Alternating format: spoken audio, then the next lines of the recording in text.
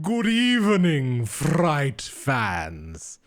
It is I, Zach, otherwise known as Great Zamino. I use he, him pronouns, and welcome everybody to Fright Night. Frights of Fandom. I am pleased as punch to once again be the GM / producer, well, actually in this case, MC and producer of Frights of Fandom. This week we are doing our third episode of our flight set in the world of Gravedale High. I am once again joined by a fantastic cast with one new and interesting and fine substitution. See what I did there? And let's go ahead and start on the overlays and meet some of them. Chris, if you'd like to start us off. Good evening, everybody. No, I'm just kidding. I'm Christopher. My pronouns are he, him. I am a writer and a high school English teacher. I don't know what this says about me, but I'm spending my evening being a high school student named Johnny Thorn the Infernal. Excellent. Moving down the overlay. Hopper, if you'd like to introduce yourself for us. Hey, that's me. I'm Hopper. I am a professional arborist and professional game master based out of Brooklyn, New York. And my pronouns are they, them, and I am returning once again to play Tracy Rockatansky, and who uses she, her pronouns, and then there's a wibbly wobbly blurry line between identity and gender and self. And when she's Max, Max is he. Excellent. I love it. Max is a werewolf. Sorry. Moving over to the other side of the overlay, joining us in lieu of Jeff, who had a bit of a conflict this week. Bill, if you'd like to introduce yourself and your character for us. Hello, I'm Bill, and tonight I'm playing Dr. Karloff, and I am this close to retirement. And finally, rounding out this ragtag crew of monstrous misfits, Marcy, if you'd like to introduce yourself. Hey, everybody, every guy. I was about to say so many different words at the same time, and my brain decided to say none of them. Every geist and ghoul. Every gay. Hi, thank you. Clearly. Yes. I am Marcy. I hope so. I am also known as Experimental Madness most places around the internet. I'm a writer and editor by day, and by night I play awesome characters with awesome people. And I'm back playing the one, the only Bloberella. You're the once and future homecoming queen of Gravedale High. Love it. So guys, a lot has actually transpired. We got into a lot of plot last week, so allow me to put on some interesting music as we discuss what ended up happening previously on Gravedale High. And once again, we are treated to a montage of imagery of all of the scenes that took place in the last week, as well as kind of a panoply of scenes that also kind of started off with our introduction to the second season of Gravedale High, which, as all of you self-respecting Gravites know, is the CW show based on the cult hit, operative word being cult hit, Saturday morning cartoon Gravedale High, which then starred comedy wunderkind Rick Moranis as substitute teacher Schneider, who in the basically the kind of like this new reimagined series, started out as our original headmaster and principal, who brought on Mr. Jeff Stormer, to bring some new life and media awareness and new age, new media lingo into the classroom. A real fish out of water story. We got to meet all of the different classmates, Delbert, as well as Bloberella and Tracy, having their like simultaneously horrifying and heartwarming stories told in the first season. But in the past episode, we see a cut of it being revealed that George, the cannibal, has been removed to juvenile hall. We see a like very cute nighttime kind of invitation of a brick through the apartment window of Jeff, who we immediately cut to seeing being grabbed and pulled into a room by a strong set of hands and pulled off screen in the end of last episode.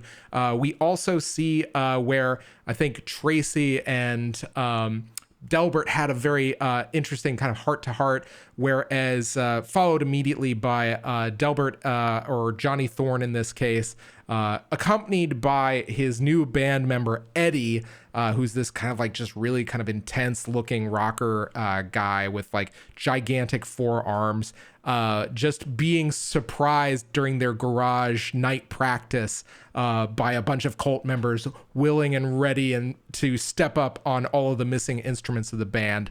Finally, we also see Bloberella, who is just killing the job done on the Halloween homecoming hoedown, and putting it all together, and seeing her suddenly assailed by some of her former boyfriends who appear to be acting untoward in this kind of like tense situation and standoff.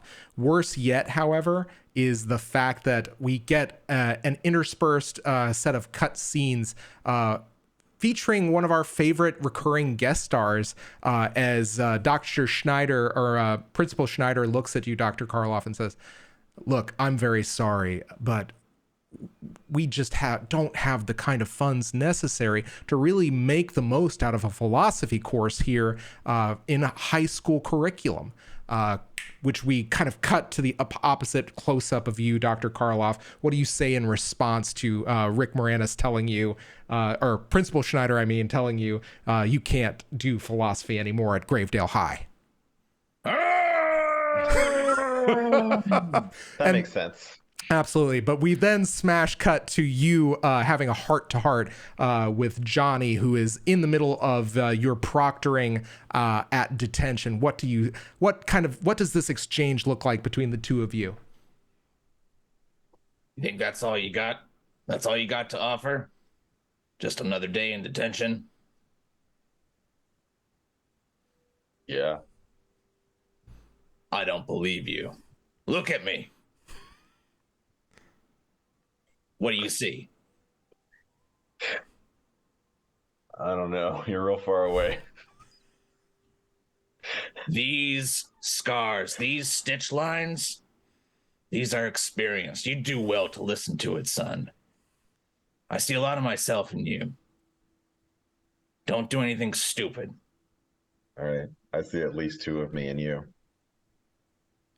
And we smash cut to the night of the dance, where it would seem that Bloberella, you are being beset by several of your former boyfriend, former significant others, I should say. I mean, not all of them were significant. Insignificant others. Yeah. The others, though. Yeah, you are being let's see, assailed by several of your former things slash insignificant others. And there's also, you can't help but notice that the blob squad is behind you, kind of just like soaking this all in. They seem to be kind of like murmuring amongst themselves and kind of like, I think, looking more severely at you and about everybody around them. All around you, you hear the screams of the intermingled guests of Gravedale High, kind of like the normal kids, the normal kids, the Centerville normie representatives that have kind of been invited as like a peace offering after you guys immediately trounced them in the homecoming football game. Go Rip Monks! And you just see all of them beginning to be chased around by various monsters, teenage monsters of different stripes. Bloberella, like, it's chaos. What are you doing? What the fuck is happening? I want to make my way up to the stage. Okay. I am not bothered by the flesh puppets attempting to do whatever it is they think they're going to do to me. I'm a gelatinous blob. I can't stress this one enough. I want to get up to the mic. I'm assuming there's a mic up there, that there was going to be a, like, if the band, I'm sure the band has stopped playing. Yeah. At this point. Yeah. Excuse me. I'm going to take this. Thank you. I'm going to absorb the microphone like on its stand just so it reverberates a little bit louder. Like, can everybody chill the fuck out? This is a party. Yeah. What? Okay. Hold on. Sorry. I think we missed something there. What did, was that Dr. Karloff? Language. Yeah.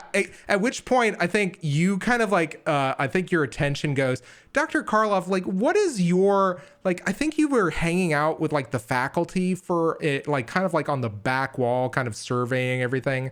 Unless, was there anything that was going on before all of the chaos set in where you were, you may have been holding court or doing something different? I think Dr. Karloff, like, this is a evening dance. He's been at school. He's been here since 5:30 in the morning, and normally he's long gone home and he's mentally checked out. So he actually was smoking a cigarette like outside one of the emergency exit doors and just came back inside. Yeah, absolutely. You just, I think that this is actually a question. Bloberella, have you spent much time in detention, if any? Probably not. I mean, I was gonna say, Bill, did you kick Bloberella out of one of your classes? Did Bloberella ever take Philosophy 101? I mean, it's not really up to her to choose. In high school, you don't get to choose your classes. Oh, I did. What Really? class did you go to? Yeah. I chose I had one. I could choose between like a couple of extracurriculars, but something like that wouldn't have been considered one in my Philosophy class. 101 sounds certainly like an elective. Yeah. I mean, think that's funny because now we're getting into the nitty gritty of high schools. Hello, welcome to the stream. That would not have been considered an elective. I think here's my pitch. I think you and the Blob Squad like fixated on a certain, like, on some physical feature of Dr. Karloff, whether he's tall or skin's green or he's got the bolts coming out of his neck, and just yell it as a taunt in the hallway, which he just ignores. 2 more years. I will even put a button on this. I have a thought, which is maybe this was Gelatina, or maybe it was Bloberella doing something in order to get kind of like cachet within the clique. Which one of you badmouthed or reviewed the class so hard or insinuated something so bad about the utility of the class that it ended up on the chopping block? Oh. I did that. Okay. You gave me enough fodder there. Yeah, I think that she didn't just. Hey, she's what, 16? She doesn't know what consequences are for everybody else. She just thought it would be like something funny that the other students would read about, not that the faculty actually takes any of these reviews seriously. Yeah. And I think that was like your first dose of real power within the clique, and you understood kind of like what that would look like to wield more of it. I don't think she's aware though that it was her review that resulted in the class getting axed. Yeah, I will tell you this though. That's okay. So you have this like living reminder of or undead reminder or whatever we want to call it, just staring at you in the face from across like this like amount of chaos. What is like the first thing that goes through your head? The call out about language was just like a reflex, Mm-hmm. and now he's fully taking stock of what's going on. Yeah. Actually, okay. So in this case, I feel like I don't think Bloberella needs to keep her cool, but I do need you to gaze into the abyss as you kind of like take stock of what's unfolding here. Me or Bill? I think Victor needs to do that. So, Dr. Karloff, if you would be so kind as to roll with dark. Okay. And I add, so if I have a 2, I add 2 and I roll 2 dice and okay. Yeah. Just tell me the range or tell me the total once you add so the modifier. I got a 10. Yeah. 10. Okay. On a 10, the abyss shows you lucid visions and you take 1 forward to addressing them, which is you think that this is like a game of grab ass at first. Like basically just like high school shenanigans. Like you think it's just like kind of like a ruckus or some sort of like brawl that's kind of like unfolding before your eyes. But you realize very quickly, like this is people's deepest, darkest animosities manifesting and amped to 11. Somebody, not necessarily a kind of like a supernatural student here is gonna get very hurt seriously very soon. What do you do? I'd like to consult the faculty clique. What other teachers are here? Dr. Tutner, Professor Tutner, Mr. Charles, the shop teacher and cursed living doll, Miss Dirge, the music teacher, and I think you can also do not see Headmistress Crone. I will say the other person that you see is phys ed teacher Voorhees, who seems to be looking around kind of apprehensively around the room for somebody. Okay. I guess so. Am I able to gaze into the abyss to ask you a question that you have to answer honestly? Absolutely, you may do that. I will go ahead and give that to you. So, oh no, because I think there's a custom. No, okay, that's a 6. Wonderful. So that's an 11. Oh, that's right. Okay, because you did need to ask the faculty clique. What are you trying to find out from the faculty clique? Are they affected by this? Can I count on them? I will tell you this. You know that you do notice that the people that you see that you can count on, they all seem just as kind of like shocked and kind of alarmed as you are. The one thing that you notice all of them have in common, none of them have anything else like in their hands or like kind of like nobody's ingesting anything. You very quickly notice like I think a bunch of like spilled punch on the ground and cups. So that's, I will say, what you get with that question. All right. So Dr. Karloff kind of clomps his way over to the punch bowl and says, "This party's over," and flips the table. Wow. Excellent. I love this. Yeah, I think you're lashing out physically. So roll with volatile for me. Sure. Uh-huh. Oh, wow. That's a 10.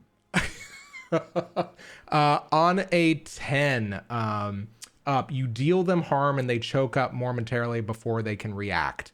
Yeah, I think that this scene, as it like plays out, there is a beat where you just throw your brute strength into this, and there's just a pause, and you realize, Bloberella, you are no longer the center of attention in this moment, and pretty heftily, it seems like your authority has met a limit. But as there is this kind of momentary quiet rolling over the crowd. By the way, wow, I can't believe I forced you to make 3 rolls in like 3 minutes. Delbert or Johnny and Max, what are you up to? Well, you want to go for it? Feel free to go first. You go. Go ahead. Max is fully out. I think we hear the maybe the CGI budget's been spent a lot on other monsters today, so we're gonna get a quick cutaway to, I think, like kind of the look of one of the normies here, which they're used to some shit, but it doesn't really matter because watching Tracy turn into Max is upsetting. I think it in kind of a watching, you know, like when you see a video of like a skater, like a skateboarder, like landing real bad, and you're just like, ooh, viscerally, ooh. Like it's like that, except it just keeps going. Oh wow. Yeah. And but about 30 seconds later, Max is there, I think, in the shreds of this dress that Tracy was wearing, and absolutely, like, I think is vibing very hard with the chaos. Okay. All right. Excellent. You are vibing very hard with the chaos. What does that look like? Are you just like looking for people to hector? Are you like stalking prey? What is this? Or are you just kind of like literally being a party animal? What's going on here? I think the first thing Max does is release the banner, which I think was like Tracy's main thing Tracy cared about. And so Max, I think, just releases the banner. So in the middle of like this erupting chaos, this absolutely fucking enormous banner that was kind of hidden up in the rafters comes unfurling down. And it's just, it has this big, bloody, like kind of really over the top, like save the unicorns, unicorn calls are unethical. And then it has a bunch of statistics and citations on the banner, including the fact that unicorns only killed 16,000 people last year, and that is a relatively low number compared to a lot of other creatures. 16,341 to be exact. And then I think Max just like I think the expectation is almost that Max is going berserk, and there is kind of like this, oh yeah, we're gonna fuck some shit up, but I think there's also a gleeful like, oh, we're gonna fuck some shit up. And Max like rips like a railing off the bleacher and just like yeets it into the crowd. Just kind of the energy is very much like yeah, let's do this. It's party time. Yeah, absolutely. Finally, can I pitch that this banner falls on top of Dr. Karloff and he's momentarily in it? Yeah. Like the T-Rex in Jurassic Park. Yeah. 100%. Yeah, I think I will say this, Tracy or Max, you heft the bleacher into the crowd. I need you to roll to lash out physically. I can do that. Do. I'll be honest. If you roll really high on this is gonna hurt someone, like a lot. Seems like that's the idea. It's not great. It's only an 8. Okay, only an 8. On an 8, a 7 to 9, you harm them but choose 1. They learn something about your true nature and gain a string on you. The MC decides how bad the harm turns out. You become your darkest self, which we can't use because you're already your darkest self. I can get more emo. Yeah. Oh, please. There's not an upper limit of emo here. I choose that you determine how harmed they are. Wait, you don't want to go full dashboard confessional? Max pulls out some eyeliner, like really like eyeliner, like the big thick ones, and just on the fur. We have hit Yola Tango. I repeat, we have hit Yola Tango. Okay, so I will tell you this. You just see, I think there's this kid and like his poor girlfriend, this poor normie, that just like literally says, "Look, Sandra, it's gonna be okay. We're gonna get out of here. Like, look, this guy's got it under control." Banner falls on Dr. Karloff. Bleacher gets yeeted, and this kid you see just gets pinned under it, and Sandra, his girlfriend, just screams in surprise. Bloberella, I get a string on them. Yeah, you get a... Because I have the ability Primal Dominance, and I've just dominated a Bleacher all over you, son. Yeah, what was it? I'm gonna say that that kid is not in any condition to have a string on him. So you're gonna get one on Sandra as she looks and sees this hulking werewolf kind of baying. Max is absolutely gonna bay at the moon. Yes, fantastic. Bloberella, you just saw your best chance at getting your hoedown under control completely decimated by Tracy in her max form. So there's that. What do you do? I feel like this triggers Bloberella's darkest self. Oh, fantastic. Because the specific description is they failed you again. This whole mess is their fault, and why should you have to suffer the consequences of their idiocy? You need to make an example out of each of them. A cruel and unwavering example. Wow. Oof. Okay. All right. So it's like, what does this like action take? What does it do? Because it's not necessarily a transformation, it's more of a state of mind. Mm-hmm. She's just gonna be like, well, okay then. I'm gonna leave the stage because it seems there's not gonna be any talking this down. Mm-hmm. And I might need some extra firepower here because I could start consuming people left and right, but at the rate that everyone else is trying to eat the normies, that's really not going to help in this matter. And what I want is to regain control over this entire party. For now, I might go for the lights. Okay. I will also postulate something. So here I'm going to put this forward. Do you think that Bloberella could command the Blob Squad to become a single Gestalt entity when she needs it to be?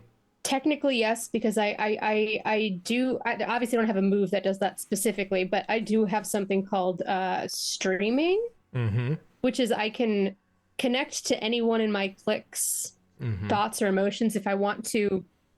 If I like have a specific query or thought, I would need to roll for the dark. But that does imply that there's some sort of connection. Okay. So in this case, I think what you are doing then is you are rolling to shut someone down.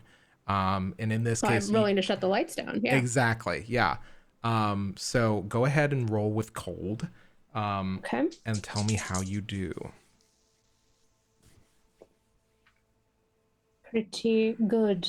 That'll be a 11. All right. Roll with cold on a 10 up. Choose one from below. They lose a string on you. If they have no strings on you, gain one on them. You gain a condition. They gain a condition, or you take one forward. I'll take that one forward. Excellent. Cool. I will say that, yeah, this, like, how do you shut down the lights here? I mean, I've been working in the food auditorium. You thought I'd forget that. The food auditorium. The food auditorium. for a while now to get everything set up. So I'm pretty sure I know where the fuse box is. In addition to this, I'd like to lock the doors. Oh shit. Okay. Wow. I All will right. I will tell you this. I think that what this is you manipulating the members of the Blob Squad to do your bidding. They just like, you just see them almost like meld off and slide like with a singular purpose to do this bidding and begin locking the doors. I will say this, we're going to cut real quick. Johnny, you have like, it has been a few seconds and this chaos has unfolded in front of you. What do you do? So I'm in the room with all of this now. Oh yeah, you would have come in like kind of like Yeah. following as you heard like the commotion, right? Yeah, for sure. Eddie, I'm sure would also come with me. Yeah. Because we're peas in a pod now. Uh, When I had that like brief confrontation with Solomon, I forget. Did he leave after that, or was he still standing there with me? Was he still staring? No, he went in with Sadako. So Oh, that's right. Okay. supposedly somehow he is still in this kind of mess. I will tell you this. Also, you've just seen like Tracy or Max rather heft a bleacher into the middle of a crowd. Things are unfolding rather rapidly. And yeah, what do you do? I think that I am torn between like helping the people that I care about or like joining in fucking shit up. Like I think I have a lot of the same instinct that Tracy does or Max does. Where like there's a moment where I walk into the foodatorium. Yeah, the foodatorium. And I see everything going on, and my first reaction is, it's just like I always dreamed. But I have to resist that impulse because I do like have a heart of gold somewhere in there. So I think I would gaze into the abyss to try to figure out like what is the best course for me in this chaos. Yeah, absolutely. Go ahead and gaze into the abyss for me. Roll with dark. That's an 8. All right. On an 8, 7-9 rather. The abyss shows you confusing and alarming visions, but you get your answer nonetheless. Okay. So I think similar to when you were rocking out and you had that vision of yourself with this kind of like goat head, you just see all of these people like worshiping at your feet and bowing down as you hold your hand up with 2 fingers pointed and another one pointing down with that same goat head. But you also sense that there is, you see in this vision almost like a tarot card writ large and pasted in front of you like a living scene, a living painting. You see someone acting as your instrument. On the one hand, you see Zalman kind of whispering something in your ear, but on the other hand, you see, I think, Tracy and Max, essentially, or kind of like Tracy mid-transformation, Bloberella, and even this Victor and even Jeff, all of them kind of congregating around you, acting on your whim or your desire and will. That is kind of like this confusing vision that you get. You get the sense that they are the key to controlling the situation and having it go how you want to go. You just have to determine how that happens. Okay. I think I turn to quick side note. I'm gonna enter it into canon that Johnny Thorn always refers to Dr. Karloff as Dr. Jerkoff. That is his name for that person. So I think I turn to Eddie and I'm like, hey, you go talk to Jerkoff and like see what's up. I'm gonna go talk to Queen Bee over there. Go ahead and roll to let me see. Roll to, I'm trying to think of are you doing a move here is my question? Or are you just asking this like request of Eddie? I think I'm saying like a statement because there's so much urgency. I'm not trying to command him or anything. I'm just like, here's the plan. Okay. Like he's allowed to say no if he wants to. Yeah, I will say that it's a little chaotic. So I think what this is if you would like, you can pull a string on him if you need to. Okay. I don't have a string on him. Only Solomon has a string on him. Okay. Oh, that's interesting. Yeah, anyone that comes into the band, I don't have a string on them. Only Solomon does. Okay, interesting. Do me a favor and roll to I think this is rolling to turn someone on for me. You are trying to turn them on to what you want them to do. Okay. That's a 9. Okay. On a 7 to 9, they can either give you a string or choose one of the reactions. I get embarrassed and act awkward, and this is what Eddie does. I don't know. That's a bad idea. This isn't what I wanted. Okay. Not what I was hoping for. And I think I just look out. I'm looking now for where Bloberella is. Remember, the lights are off. Mm-hmm. Oh, this is post lights off. Yeah. Yeah, actually, I will say this, like, you hear that right as the lights shut off. Also, Bloberella, as you turn off the lights, for a split second in the center of the foodatorium, you look and you see Solomon winking at you right before the lights get killed. You know, if they want to tear themselves apart, just let them. Clearly doesn't matter how much effort we put into putting this party together, girls. And yeah, Gelatina is just like, I think almost finishing your thought. It always turns out the same. And it was Uva or Ubri and Titania are the other two. Yeah, Ubli and Titania. You just hear Gelatina just say, it always turns out the same. And then Ubli says, they're always so disappointing. And yeah, they're all kind of completing your thought as this kind of like hive mind you assert over them takes precedent. I think real quick what I'd be doing is like, I'm just going to start fumbling around looking for Bloberella because of the vision that I got. Well, would it help if I told you I'm probably a little bit bioluminescent? That'd be very helpful. I think I'm just going to fumble in the direction of the bioluminescence, but I'm also in my mind because, you know, I assume I have some sort of connection with Solomon because I am the one that summoned and bargained with him. So I think it is in my head. I'm just like, hey, but a little help. And you just hear, oh, how can I serve you?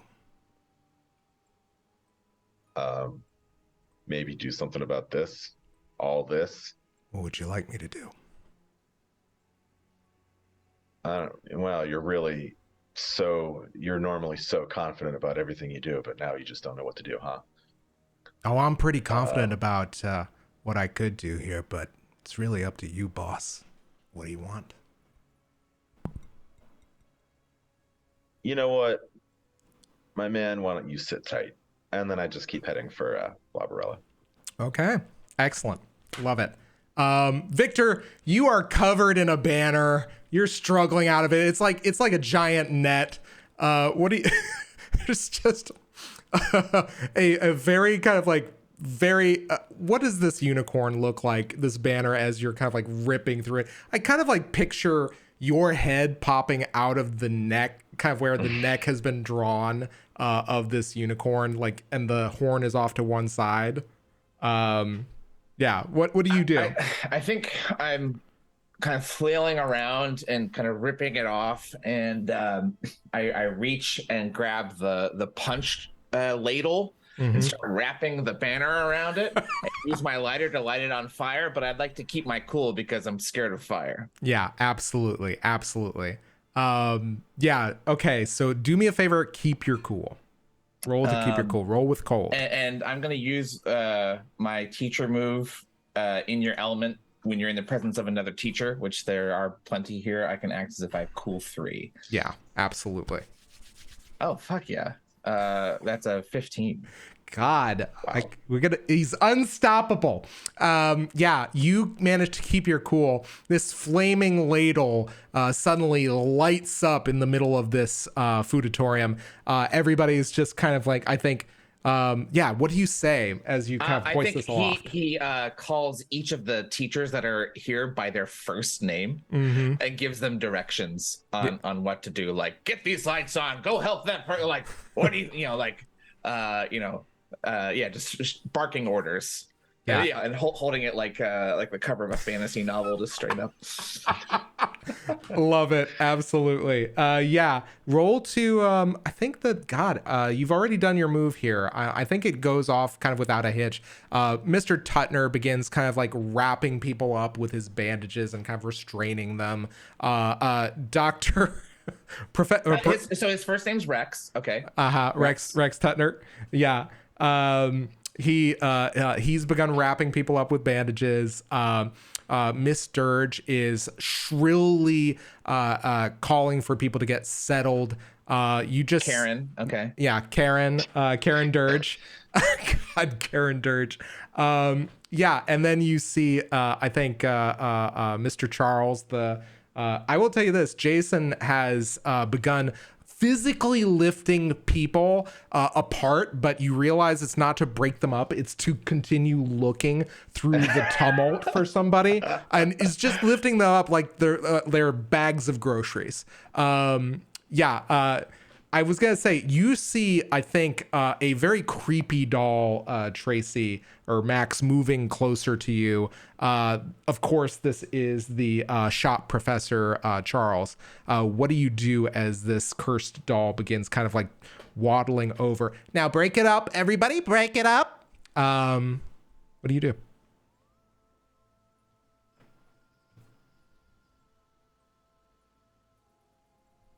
Max is muted.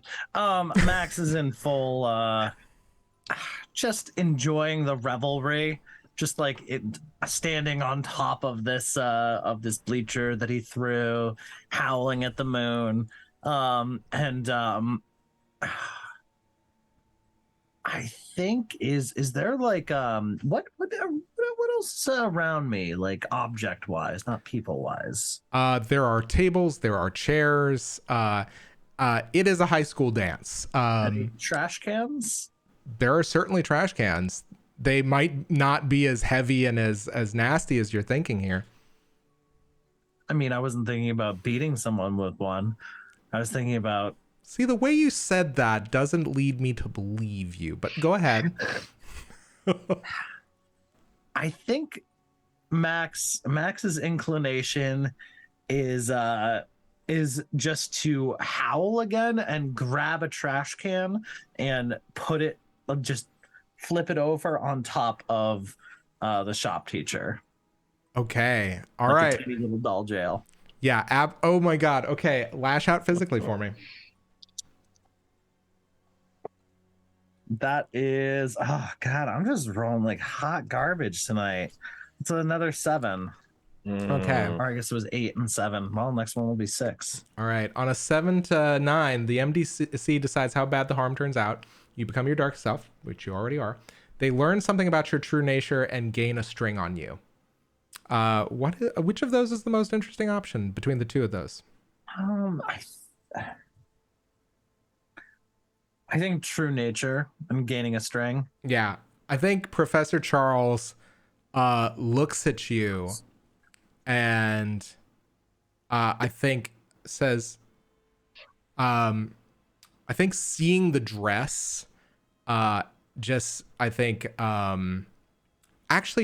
how many people know that you are Max when you are not Tracy?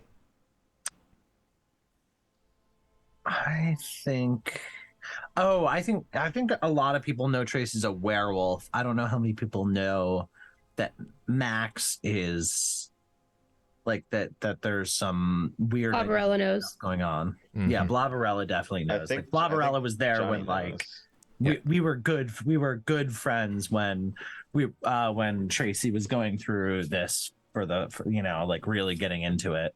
Because I think in classic, even though it's fucking stupid and doesn't make any sense in classic teen horror movie, of course you turn into a werewolf at puberty and not earlier. Yeah, absolutely. I think you just hear I think you hear the cursed doll just look up at you and just say, "Hey, Rockatansky? Okay, that's enough of that." Bonk. Yeah, and like, but literally, Victor, as you hear the word Rockatansky, you immediately kind of turn to where the source of the noise, remembering the kid that you used. I think the people that you used to teach. I think we determined that you had formerly taught one of the Rokatanskys, as well as headmistress Crone. That's a name I haven't heard in a long time. We're now a Star Wars stream, everybody. Yeah, so I think you see this, and then like you turn your head in the direction just to see this werewolf wearing the shreds of a dress cover your colleague in a massive plastic garbage can. All right, my go. I will say, Johnny, you have maybe one split second. I think I want to kind of capture what you're trying to do as you're trying to get to Bloberella. Like while en route to Yeah, Bloberella? I was gonna say I am very much mosh pitting my way through people. Excellent. Because look, I do have a job to do and I want to do the right thing, but I'm definitely gonna get something for me while I'm doing it, and that is mosh pitting my way through everyone. Excellent. I'd like you to lash out physically for me. This is just to see how well you can get your way around here. This is going to be a really bad one to fail if I fail it. All right. That's a 9. All right. So the MC decides how bad the harm turns out. You become your darkest self, or they learn something about your true nature and gain a string on you. What do you want to do? Or what we could do is say that you're running away, or running. In this case, you'd be running through, because what you could do here is you could run into something worse, you cause a big scene, or you leave something behind. What's more interesting here? What are my options if it's lashed out physically? Because that feels closer to his intentions here. Yeah, they learn something about your true nature and gain a string on you. The MC decides how bad the harm turns out, or you become your darkest self. I think I'd let you decide how bad the harm turns out. Okay. Awesome. As you are doing this, like you realize now, like doing this, you feel in your element. You are just like moshing into people, like just getting into people's space. Like even when you knock people over, you kind of like pick them up reflexively because you're good in a mosh pit. And you're like rolling around and like you just are driving towards this this phosphorescence not far in front of too far in front of you. And the worst thing is, I think at the back of your head, you think you hear a Latin chorus. And you are just like, you're only just like maybe 10, 20 feet from Bloberella at this point. I will say we will role play that out in just a moment. Victor, what are you doing after you see your colleague disrespected in this way? I think he, walks over there and says, Rockatansky, Marcus, you must be a chip off of the old block. And I think this is shutting you down. Yeah, absolutely. Go ahead and roll with cold for me. Okay. Oh. My fucking heart. Holy shit. So this is an 8. Okay, this is an 8. Yeah, so I think that this is choose one from below. They lose a string on you. If they have no strings on you, gain one on them. They gain a condition, or you take one forward. What do you want to do? So as a teacher move, position of authority, when I shut someone down, I take an extra option. Mhm. So I don't think Max has any strings on me, so I'll take one. Okay. And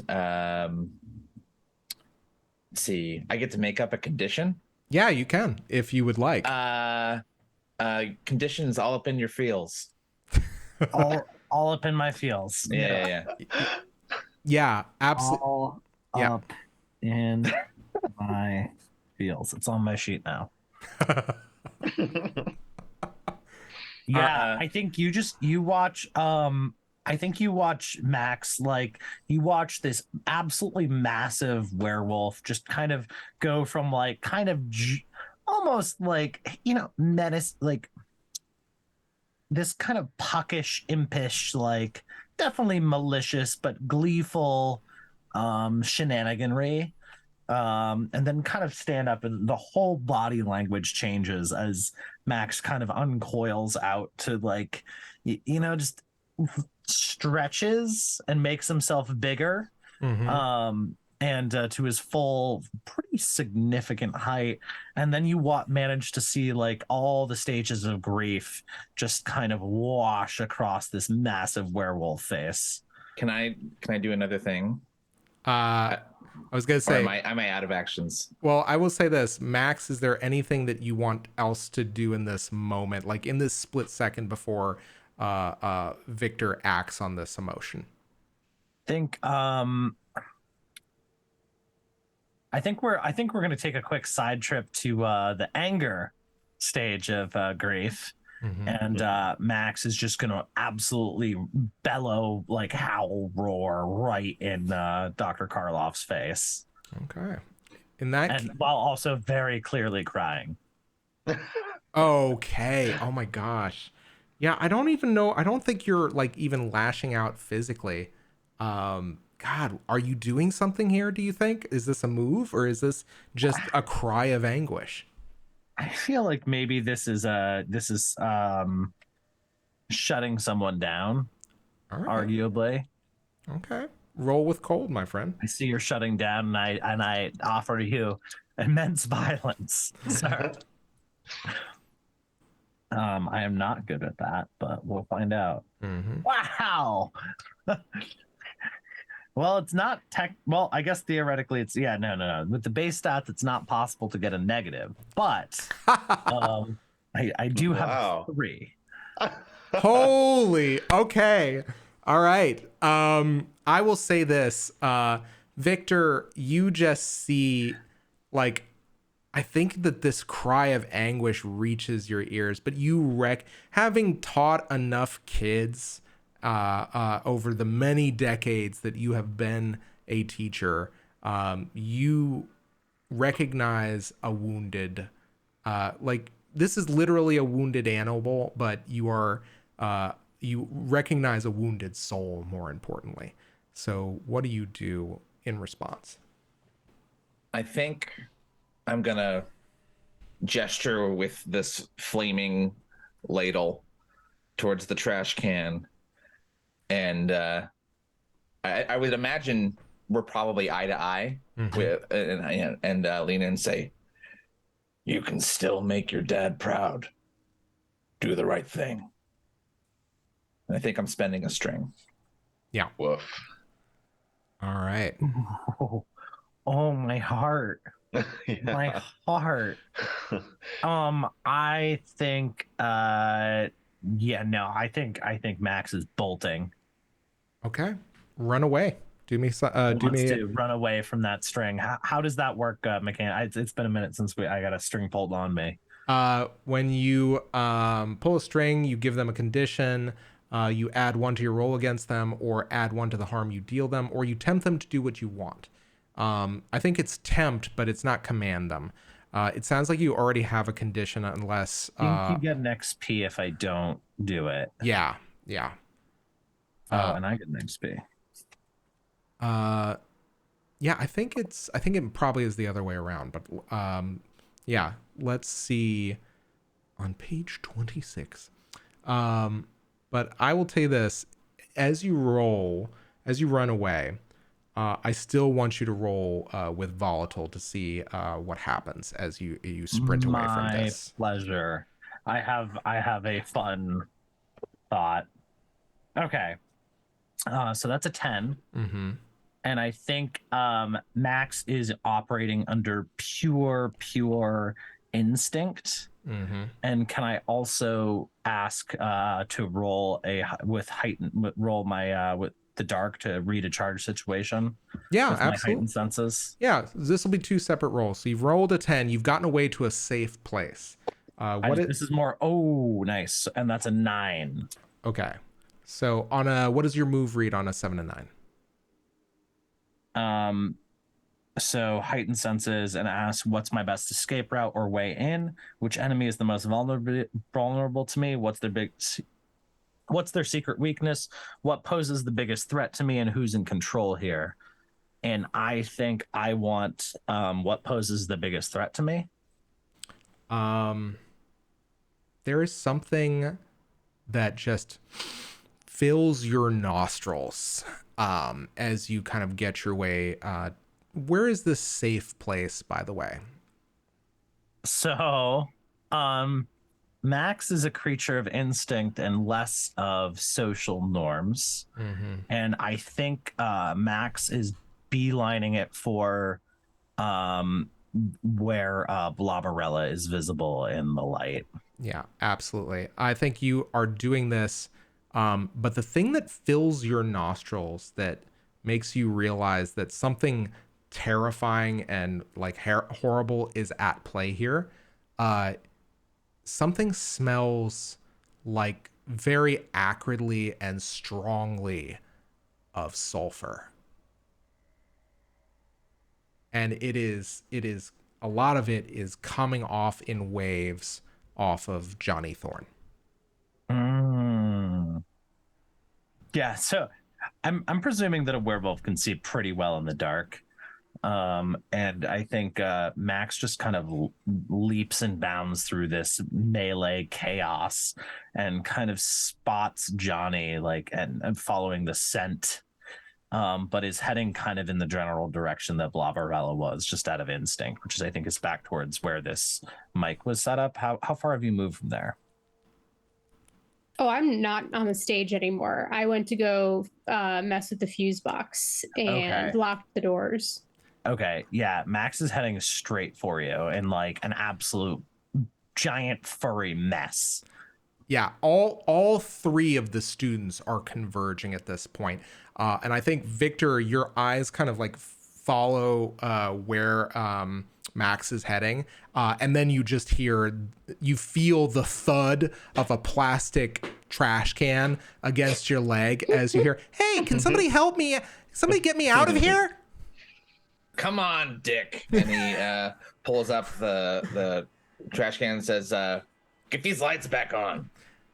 Oh, all right. I think that the only place you could do that would be with the fuse box, perhaps, or maybe through the power plant. Insightful, as always. Oh, I don't see you doing much. Well, but I was in a trash can. And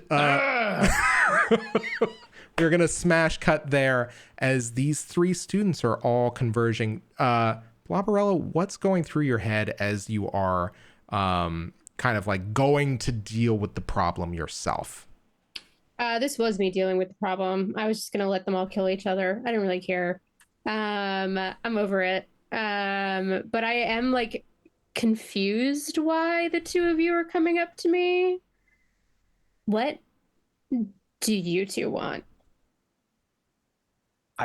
I think it's pretty clear that I think like you just see Max immediately sneezes on you. And just kind of backs up towards the corner next to the fuse box, and I think is just kind of crouching down, absolutely feral. Okay, what is your problem this time, Max? Delbert, I'm sure I don't even want to know. And Max growls at Johnny. Okay. So I think Johnny sees Max with the sneezing and the growling, and is just like, all right, gonna put a pin in that. And then turns to Bloberella and is like, hey, fucking hostess with the mostest, what happened to your hoedown? I don't know. Should I be asking you guys that? It looks like somebody decided that this would be a better rager than a party, and it certainly wasn't me. So if you're telling me that you had something to do with it, or you know somebody that has something to do with it, now would be the best time to tell me. The best time to tell me. And you just realize that behind all of you are the Blob Squad that are beginning to finish Bloberella sentences. Oh. That took the thought right out of my head of what I was gonna say back. I think I am gonna say to Bloberella, like, oh yeah, that makes a ton of sense that I started this mess and then came over and asked you what the mess is. Yeah, that. I don't know what goes on through your head, Dorkbert. I'm just saying. I would say I am probably attempting to shut down Bloberella Yeah, right now. absolutely. Yeah, roll cold, my friend. Oh, boy, the thing I have -1 at. Oh no. That's 6. Okay. I actually I am going to, like, I think in my mind I'm going to, like, I am not ready for the winning streak that I've been on to come to a stop. I'm gonna, like, ask Solomon to, like, intervene in this confrontation, and, like, he can have a string on me. Okay. you don't know the drama. Yeah. So let me ask you, are you with the drama I'm seeing? so you find yourself shivering, needy, and alone. The dark power will make some daunting, open-ended demands. This is how I'm reading it, is unless you are doing a certain move, it seems like you are using the dark power to become your darkest self. What am I reading this wrong? What do you want to do? I can use strings attached. Mm-hmm. You can ask the dark power for something that you really, really want. The MC will attach a price to the thing you want and hint at an undesired twist in its nature. If you pay the price, you'll get what you're after. Okay.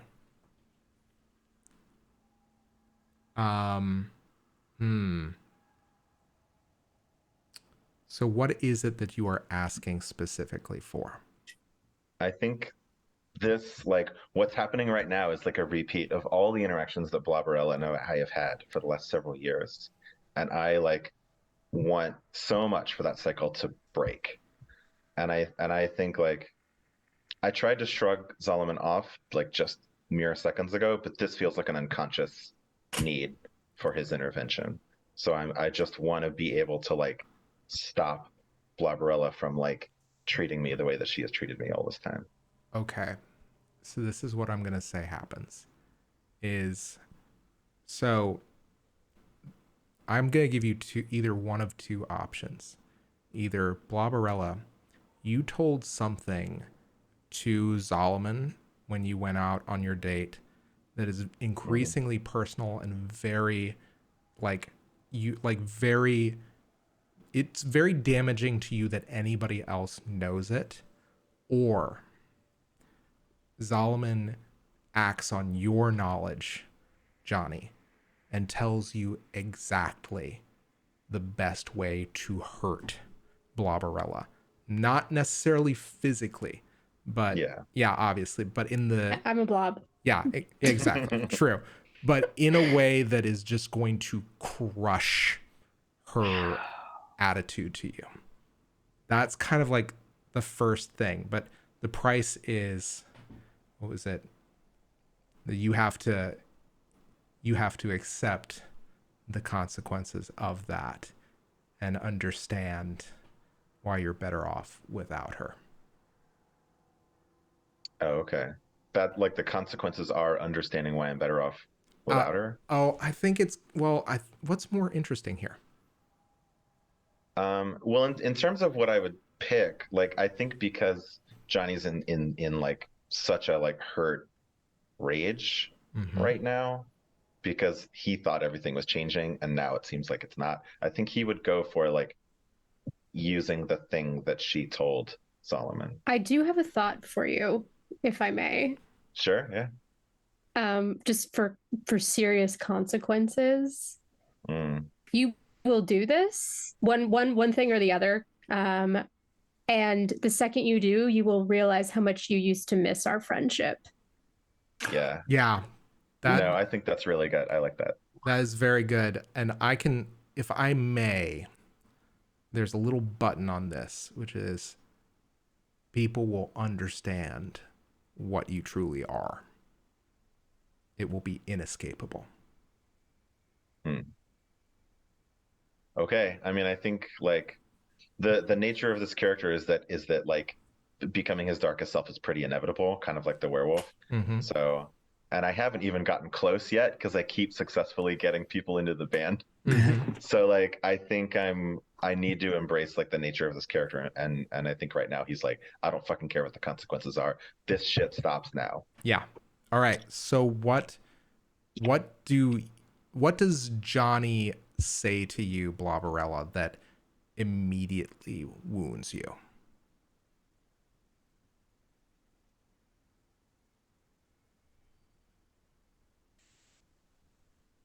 I mean, I want to hear from Chris what supplies some of this backstory with our friendship as well. Okay. Like, okay, so we're just deciding something I can say that's gonna really hurt, but it's based in the friendship that we have. Sure.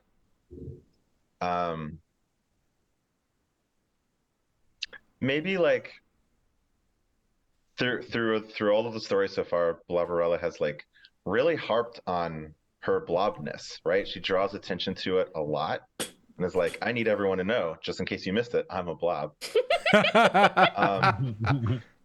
And so I wonder if like hidden underneath that like mountain of self-awareness and self-confidence is actually an insecurity that you are so unlike all of the other monsters at this school. Like everyone else gets to have some sort of humanoid shape with articulating limbs.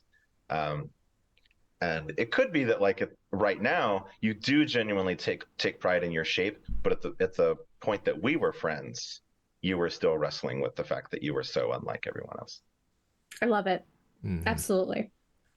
So I guess Johnny would be like, I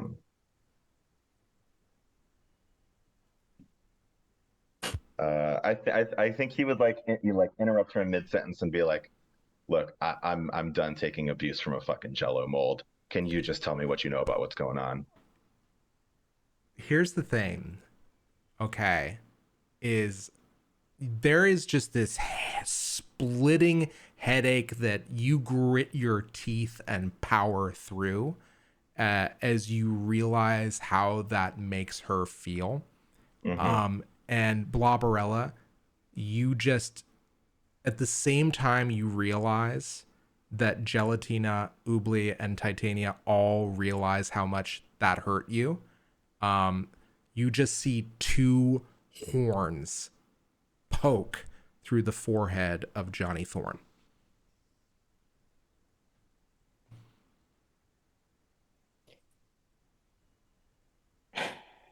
And flashing across the screen as Bloberella will remember this.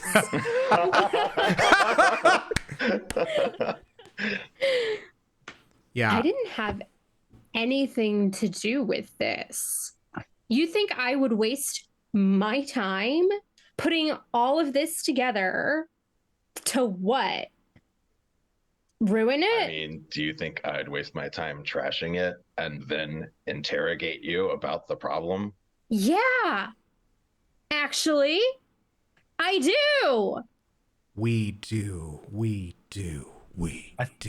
From right behind you guys, you just hear Max whining. All right. Oh, I actually think that would because Max is Tracy and I've got a thing for Tracy. Mhm. I think that is the thing that snaps me out of my rage and makes the cascade of sadness come in, because I'm like, I forgot that Max was there for a second. And then the whining makes me be like, oh fuck, I think I might have just ruined it with both of these people and not just the one. Yeah. Yeah, I think what was it? Bloberella, is there something that breaks in you when you hear that whine as well? I do think she was already a little bit like concerned in the way that it's just like, well, that don't normally doesn't happen.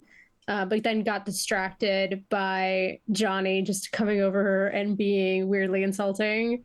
And I think at the same time, Johnny, your attention goes to Max, Bloberella's will as well. And since she's pissed at you, she's going to be like, did you also have anything to do with this? And she's gesturing over at Max. I think when like Johnny responds to you, like his whole demeanor is noticeably changed and is like immediately like the way he normally is, but with like a layer of contrition on top of that. And he's just like, no, I don't know what's up with that. All right, Max, and like she'll like clap two little parts of herself together. Pseudopods. I forgot. I was like, what was the word that we came up with? What's up? Snap out of it. You want to go like maim somebody? I mean, I locked the doors. The lights are off. No one will know it's you. That always makes you feel better. I think you can see that Max is visibly sad, but and just kind of gives like one of those growls that's also like a. Sorry, I couldn't quite get that. Can I have it again? Are you just making me do it again? Yes. Yeah. Wait, actually, can I very quickly gaze into the abyss to see if I can Lassie-like interpret that sound? Yes! Into a message? Timmy's in a well. Timmy's in the well. Exactly. Snake got in the sheriff's I boot. also think that at the same time as you're All right. as you're doing that, Bloberella will like gesture to the Blob Squad and be like, "Girls, take a lap. Eat somebody if you have to." All right. I will tell you this. There is blood in the water. And I think that they get the scent. I think Gelatina kind of surges forward and just says, why would we listen to you? I think, oh man, I feel like I'm doing so many things, but I think I would, in response to her, would be like, because she's your fucking boss, go away. Roll to shut somebody down. Okay. What? Okay. You are all over the map right now. I am. I mean, my I'm a highest Jello stat is mold. I'm a volatile. queen. Oh, well, I mean, dang. Cheers to that. Oh, fuck, that's a 4. Oh no. Right back to the way that I usually am with these people. Yeah, I think immediately you just see Titania surge forward from behind Gelatina and move to absorb you. Yeah. Max is going to yeet. All right. So, okay. Boy. I need Max to lash out physically. And I think that I need... what are you doing, Bloberella, in response to Gelatina? I'm going to surge to like 3 times my height. Okay. I want to be like the blob in the actual in the monster movie. Nice. I might pull strings on you guys. Okay. To be like, no, do not help me. Okay. Yeah, she's just gonna like speak in a voice that is definitely not the more playfully threatening voice that sometimes Bloberella has, which is just like, you're gonna do what I say, or I will consume you. All right. Now this is your turn to shut someone down. Meanwhile, Max, I need you to lash out physically. Oh, okay. Wait, so I thought I was having a string pulled to not lash out physically. Is that true? Sorry. That's what I said, yes. Yeah, pardon me. Never mind. I will. Is Yeah. the- So I You have to think accept it, though. I'm picturing both of your pseudopods just kind of extending out to one side, kind of hold like the opposite of hold me back. I mean, I'm filling up, I think now, like, I think she's blocking. It looks like it looks threatening, but secretly Bloberella is now blocking the rest of the blob squad. Like, she's put herself between you two and is now like physically like pulled herself up like a gelatinous curtain so that she reaches the ceiling. Mm-hmm. So like they cannot get past her in this little area that we find ourselves in. And I did roll an 11. Okay. All right. In that Can case, yeah. Just quick clarifying question. Is the idea here that you're trying to prevent us from helping you because that detracts from your power? You don't know if it's, you might think that that's the case, but maybe she's Okay. also protecting you. Fair You enough. don't know. Fair enough. Okay. Okay. So on a 10, choose one from below. They lose a string on you. If they have no strings on you, gain one on them. They gain a condition, or you take one forward. What would you like to do? I already have strings on my squad, and I've got 2 forward already. So I think we've given Gelatina the condition, I think, was it chastise or put in her place last episode? Mm-hmm. I'm going to give her a new one. I don't know if this is technically a condition that's in my head, but coward, not what she did wasn't cowardly, but I do think that now I want to like put that the fear of blob in her. The fear of blob. Yeah, absolutely. I was gonna say cowed or like maybe like Cowed. That's it. Yeah. There we go. That's it. I like the fear of blobbed so much better. Yeah. You know, cowed parentheses the fear of blob. And you just see all 3 of the blob squad like recede and kind of almost like cling to each other out of fear as you know this as your control is manifested and rendered unto them indisputably. And that is when you hear, and that's where the switch and everything, all of the lights come on. Dr. Karloff is like standing in the doorway, this doll having thrown itself at the wall to move up the fuse box lever. Dr. Karloff, you see what it looks like Bloberella threatening 3 other students. I'm also like 8 feet tall now. Yeah. What do you do? Okay, so I assume I've been like tending to the student that had like the bleacher put on them and other things right now. So this is like the primary thing going on right now. Mm-hmm. Yeah, absolutely. Right. Like you are like, I think you have been doing damage control, and then Professor Charles kind of went with you to go ahead and switch the lights back on.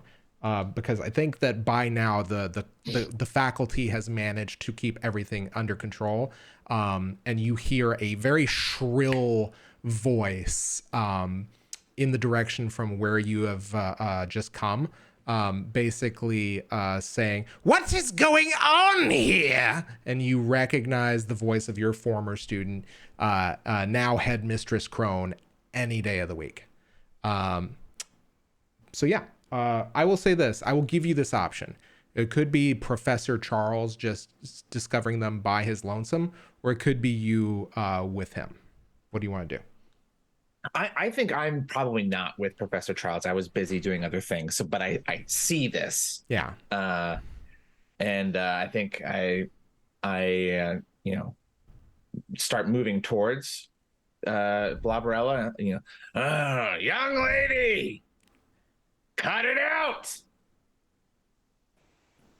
And I think you just hear Professor Charles just say, "This looks like such a detention." And that is where we're going to take our 10-minute break. I didn't even do anything wrong! Well... Justice for Bloberella! All I did was say some, like, mean things. Classic high school student problem. If you are in proximity to the fight, you're in the fight. Yeah, exactly. I think Dr. Karloff, you have a lot of people in this that are now scheduled for detention. But before we kind of cut to this scene, I do want to know what transpires towards the end of the dance in terms of like, what do you think the cleanup process looks like for everybody? Like, yeah, just describe for me some of the highlights. Like, what do we see in like the kind of like panning shots and the like meaningful medium close-ups, like, and the back and forth here? I think there are many reluctant students that are like, you know, pushing brooms under the supervision of the other teachers. I think there are, you know, a line of cars picking up students with angry parents, and like, you know,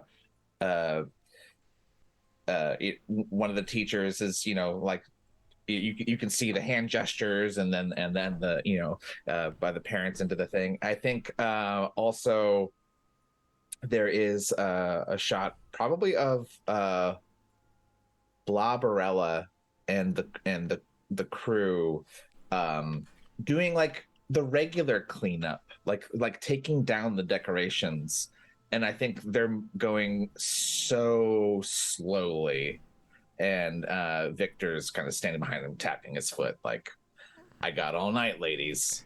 And as you're doing that, I think that I think Tracy, I think having probably come down from your transformation, no longer your darkest self, I think you are just seeing the remains of your unicorn banner, trod on, clawed in places, a big gaping hole through where you had lovingly drawn a unicorn's muzzle and head. Extremely bloody. Yeah, extremely bloody. You know, they're natural predators. What do you want? And not only that, I will say also, towards the end of this, Dr. Karloff, you just see this kind of like black enshrouded, but like pale, white-faced with dark set eyes teenager with these like nasty, long, kind of like black claws dragging a push broom come up to you and say, "Babadook?" You can go. Good job. Babadook. And just starts, he kind of darts out of the class. The Babadook the foodatorium. Yeah, right? Yeah, does anybody else, I will tell you this,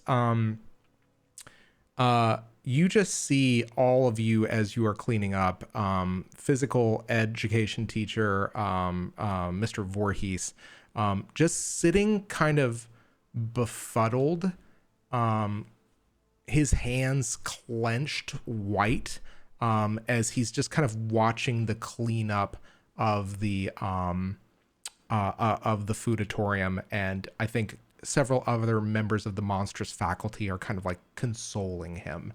I think one of you overhears, "Don't worry, I'm sure Mr. Stormer will turn up eventually." Does anybody do anything else? Yeah.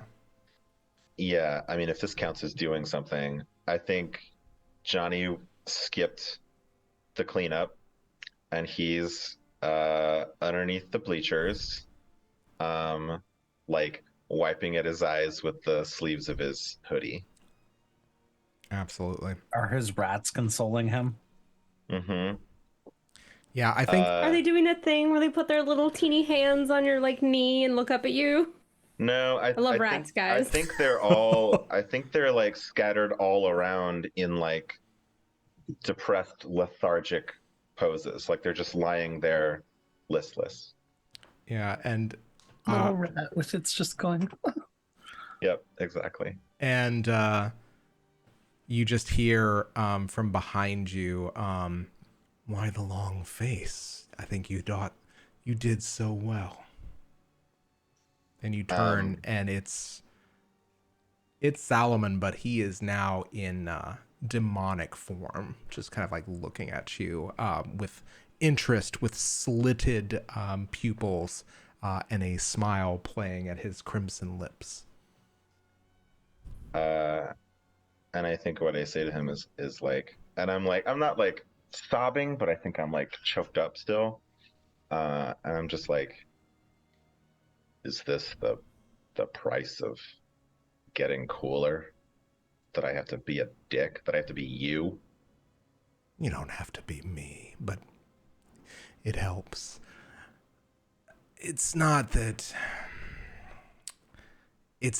you have to be a dick. It's just that sometimes people grow apart, people become different, and sometimes you shed the people that are no longer worthwhile to be around. You understand? Yeah, I understand. I think like all of my rats sort of pick up a little energy and just sort of like sneer. Yeah, I mean, when you're a rock god touring the nations, flying across the world, are you really gonna care about some people that you used to know in high school? I guess we'll find out. I guess we will. You ready for the Battle of the Bands, rock god? Yeah, I should probably go practice. And I like go off to find Eddie wherever he might be. Yeah, and I just I think you just see Zalman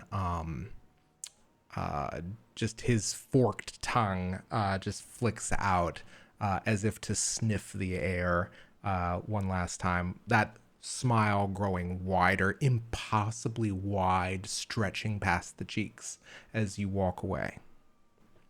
I will say this, as you look for Eddie, you just see him, I think you just see him beside himself a little bit.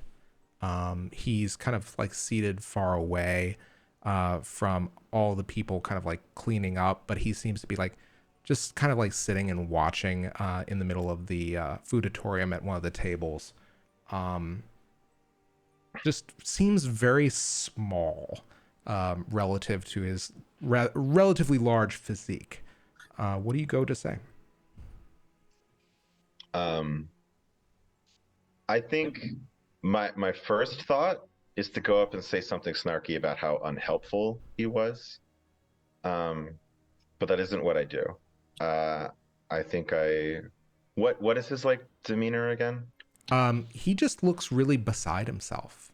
Okay. I think I would just go up and be like, "Hey, you all right?" I didn't mean for this to happen, man. I just, when you say you didn't mean for it, were you trying to make something else happen? Well, yeah, I mean, and as he speaks to you, he just kind of like, there's a part of them that just kind of clams up, as if he wants to say something more. But he stops himself. What do you do? I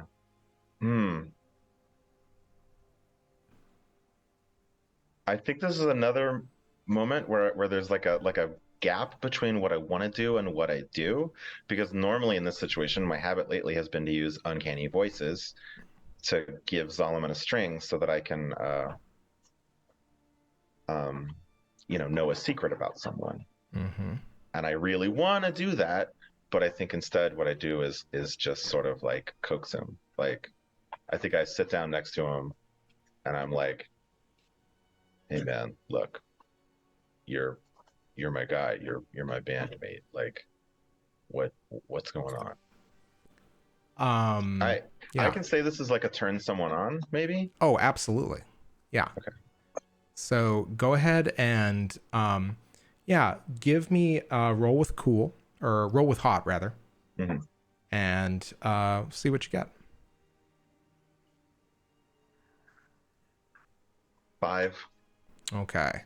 I will tell you this. That string that is on Eddie pulls tight as he looks like he looks at you and wants to tell you something, and then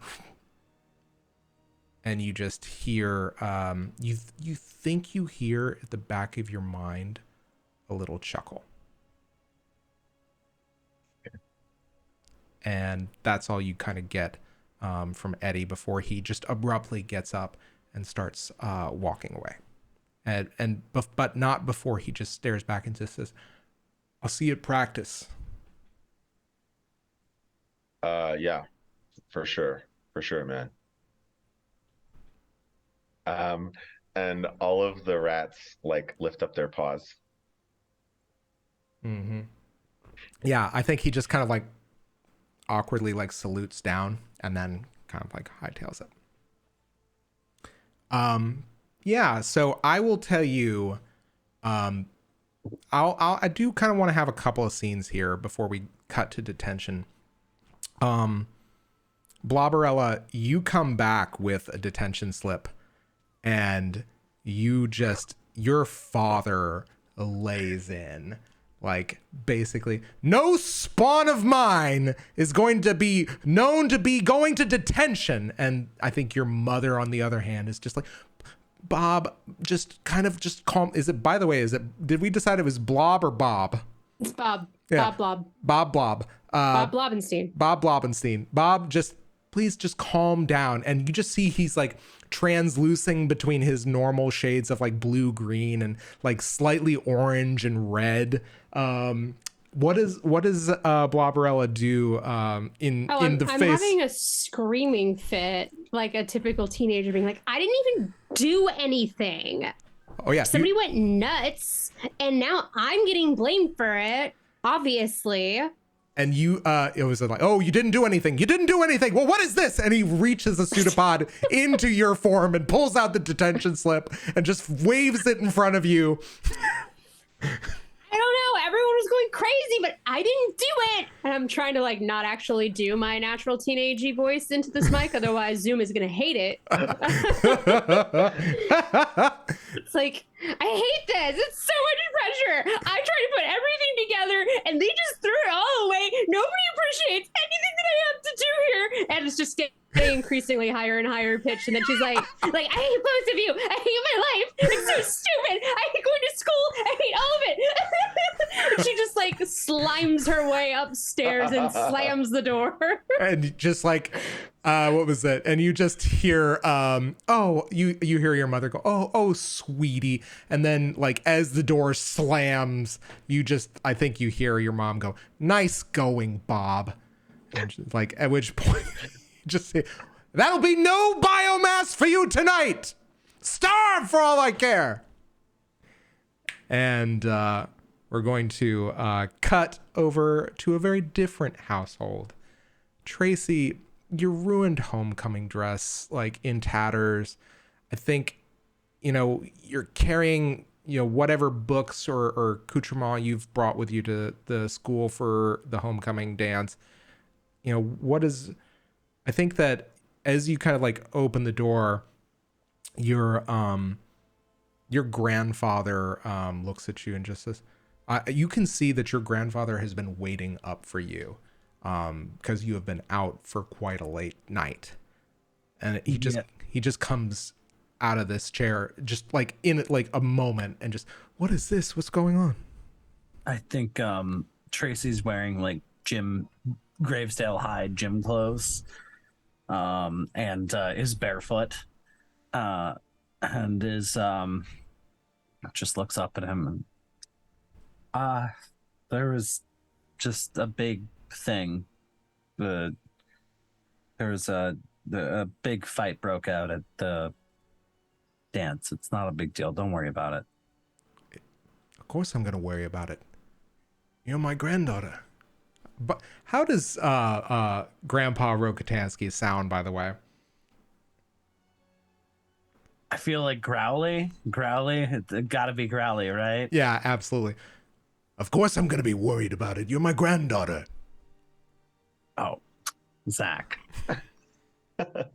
Phenomenal. Yeah. And Tracy just kind of hangs her head and just, I'm fine. I'm fine. Don't worry about it, Pops. Oh, yeah. I saved you some of your favorite ice cream if you want it. I think she just kind of like, yeah, yes, please. I can put on the howling if you'd like. Yes, please. That's my girl. And you just feel the soft kiss of your grandpa on the top of your head as he fetches those things for you. As a kind of like parting shot here, I think Dr. Karloff, you are, I think you're winding down, and you see Headmistress Crone walking up to you, and she says, "Victor, are you all right? Tell me about it." And God, Chris, I'm gonna give you the rights to veto this. I think she just pulls a hip flask out, and takes a quick swig before offering it to you. Wait, who's offering it? Headmistress Crone to Dr. Karloff. Wait, Why is Chris? Yeah, why would I veto it? Just because I don't want to misrepresent teachers as a whole. Oh, I see. Are they on school grounds? I think, you know what? Let's say you guys are walking away, like you're walking out of the. I think if they're off school grounds, then yeah, this is a perfectly reasonable. Yeah, If they're following the rules of real teachers, then. Yeah, you know what? Let's retcon this. Let's say that instead you have found your way. Like, does Victor have a favorite watering hole? Yes. It's a honky tonk joint. Yeah, and I think all of the other all of the other residents of Centerville know better than to like object to the like almost 8-foot tall fellow that comes underneath. And like I think the bartender behind the bar, it's like past midnight at this point, and this place kind of like, you kind of realize it stays open for the Gravedale crowd a little bit, and you just hear the bartender kind of say, "Evening, Victor. Usual." And slides across the counter your favorite glass of rot gut, and actually cranberry soda. Okay. Victor's a teetotaler. Perfect. Absolutely. Yeah, teetotaler, cranberry soda. And I think that is when you hear Headmistress Crone just say, "Sure, I can't interest you in anything stronger tonight." And she, you realize, is sitting at the bar draining a whiskey on the rocks. You know me better than that. True. When did this all get so hard? Do you want an answer, or you want me to just listen to you? If you have an answer, I'll take one.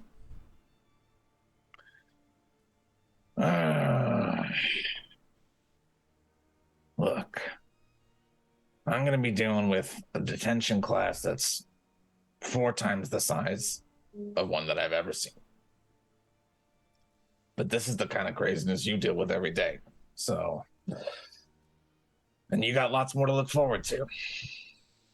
And she wraps an iron hand on the bar as if to knock wood. You're doing good, though. Proud of you. I don't think I'm doing very well at all, Victor. I've lost a substitute tonight. No one can find Mr. Stormer. Lost? Where'd he go? Your guess is as good as mine. Mr. Voorhees is beside himself. Was he even on the chaperone sheet? I don't remember seeing that. That is a good question. I haven't seen the chaperone sheet. Not recently. It's right here. And she scans through the sheet. It is strange indeed. I mean, it was Mr. Stormer's jewel in his syllabus, but he's not listed here. When was the last time anyone saw him? Well, right in the middle of the hoedown, as it were.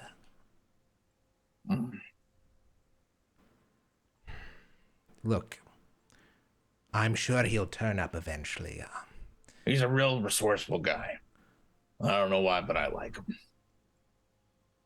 Me too. But I also like you, Victor, and I'm worried. How are you faring? Well, I mean, truth be told, bit checked out. You can only show the same movie as a substitute so many times. Yes, yes. Which one was it for you? I always loved to put on that any Richard Attenborough documentary I could find.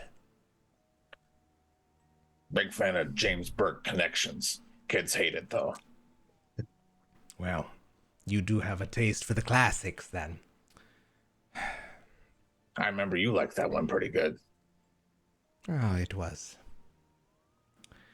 Always found it refreshingly banal. But I'm concerned. I'm afraid that you were a bit of the vanguard, the harbinger of things to come, Victor, in that I think we may be cutting more classes. Mr. Hunnam got quite an eyeful tonight. You know how I feel about education and funding. Gets in the way of the real learning. I know you're stuck between a rock and a hard place. You're trying to do the right thing, but you're stuck with the financial constraints. I don't envy you.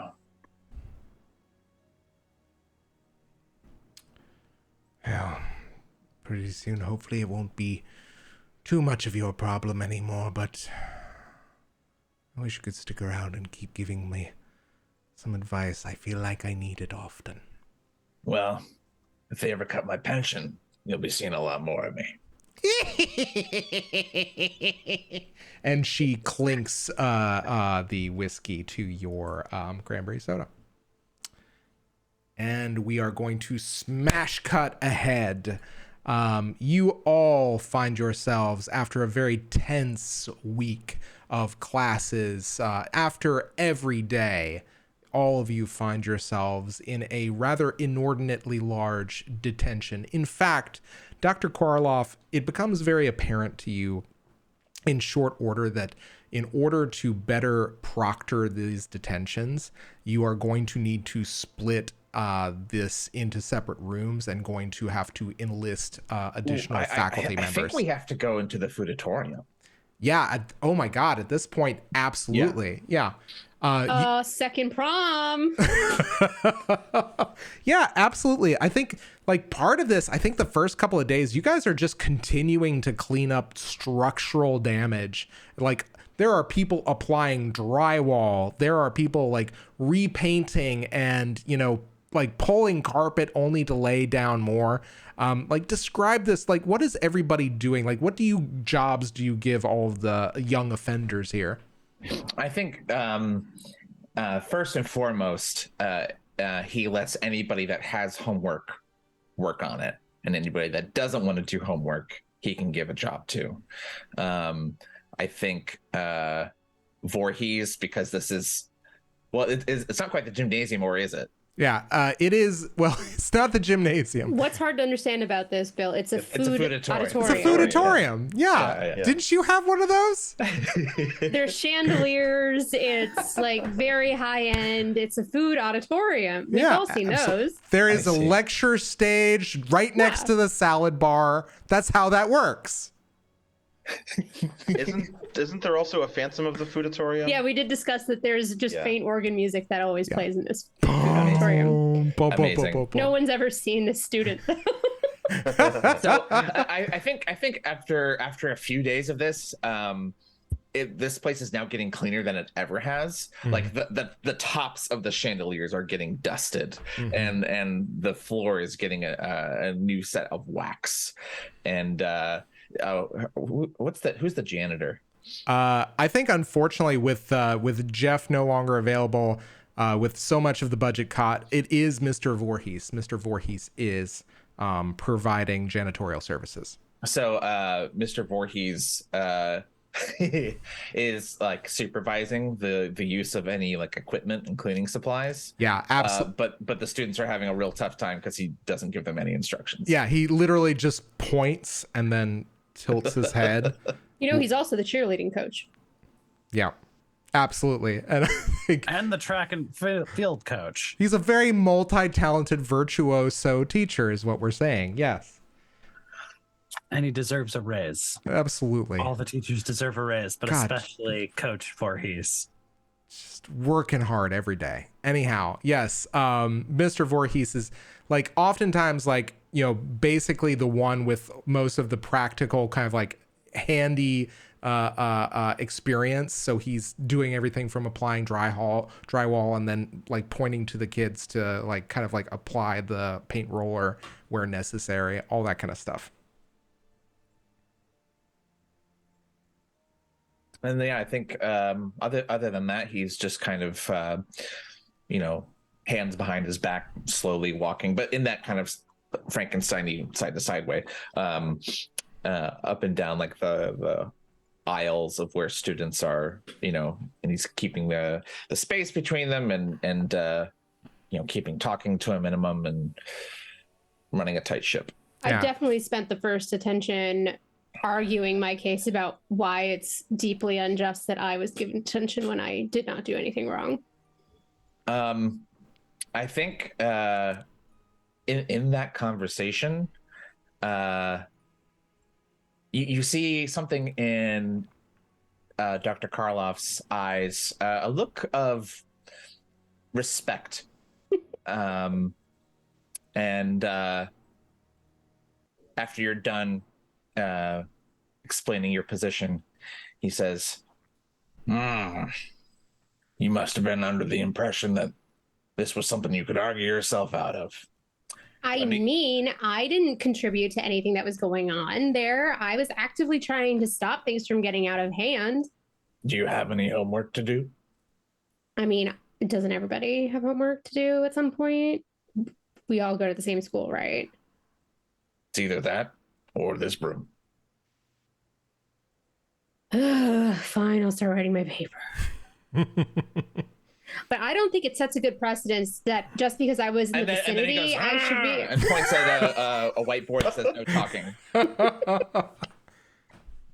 What are, I will say this, Johnny, do you think that Zalman is here with you, or do you think that he is elsewhere while you are in detention?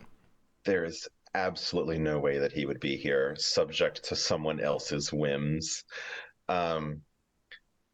Johnny is here, and I think he's just like sitting across a desk, like with his head down, and in the way that a normal high school student might have like their hoodie hood pulled over their head, he just is blanketed in rats, and is completely unresponsive to all attempts to get his attention. Absolutely. Okay. And I will say this, while this is happening, you sense that there is a set of eyes watching you not very far away from where you currently are. Before we kind of cover and touch that, though, Tracy, what are you up to? I think is Tracy in detention? Tracy, yeah, you were part of the scene that played out, and I think Professor Charles was very indiscriminate, as were all of the other teachers, kind of like trying to police the students. Tracy is extremely quiet, off to one side, just very diligently sweeping and remopping the same like 15 feet of what's the floor? Did we establish what the floor material is? It's the fooditorium, and we've got chandeliers. Is it the world's shittiest linoleum, or is it like wood? I think where the actual kitchen is, there is like a lot of linoleum, and then it's like intermingled like with wood, and like there are carpeted areas. Like I already said, there was like carpet pulling. It's just it's like if you were to think, like picture just like if like Mary Winchester put together a dining hall, and hence the fooditorium. It's just like different kinds of architecture all over the place. That's visually upsetting. That's also deep cut on Mary Winchester. So shout out to you, Zach. Yeah, I think Tracy is just is basically found this one section of what I'm gonna say is like weirdly ornate stone tile. That has like over by the broken ice cream machine in the corner, and is just sweeping and remopping it like the whole time. Absolutely. Yeah, you're just like my question is like, do any of you guys make a move to kind of like bridge the gap between you all? Tracy's in full mope mode with hoodie up, and the shell is up. Yeah, I mean, Bloberella's now working on a paper. At which point, yeah. Sorry. No, go ahead. Sure. You go ahead. I would have already made my move, which is that I would have awkwardly written on notebook paper 2 notes that say, wow, "Can we talk?" And then I put them through like the grill of the locker doors of the other 2 people. Is there a yes, no? There is. Yeah. I'll tell you what there is. There's a yes, no that got scribbled out where I decided, no, I'm not going to do that. And then there's a fresh yes, no written under that. Now it's high school. Yeah. I will say this, Johnny, as you are writing this note, it occurs to you to check your pocket. All right. I check my pocket. That's in its pocket. And you pull out the note that you realize Sadako slipped into yours, which reads, "I can't wait to hear you play." And as you kind of like look up to where you knew that those eyes were kind of like watching you, or felt yourself being watched, you see Sadako kind of like standing very awkwardly, hair in front of the eyes. And then as soon as you realize that she realizes that you are looking at her, and you realize that like she realizes that you are looking at her, and you realize that she realizes that, she just flickers away out of your field of view. Okay. So, yeah. So you pass these notes to Tracy and to Bloberella. What do you guys do? Well, my rats pass them because I don't want to leave my desk and draw attention to myself.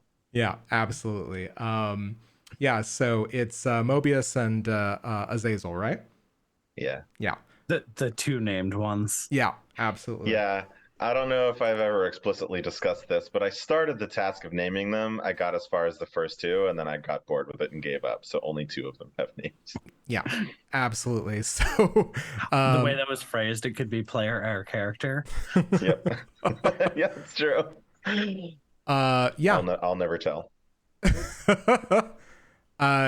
So yeah, absolutely. You guys get these notes. What do you guys do? Does it have your name on it? No. I guess we'd probably know your handwriting, though. Yeah.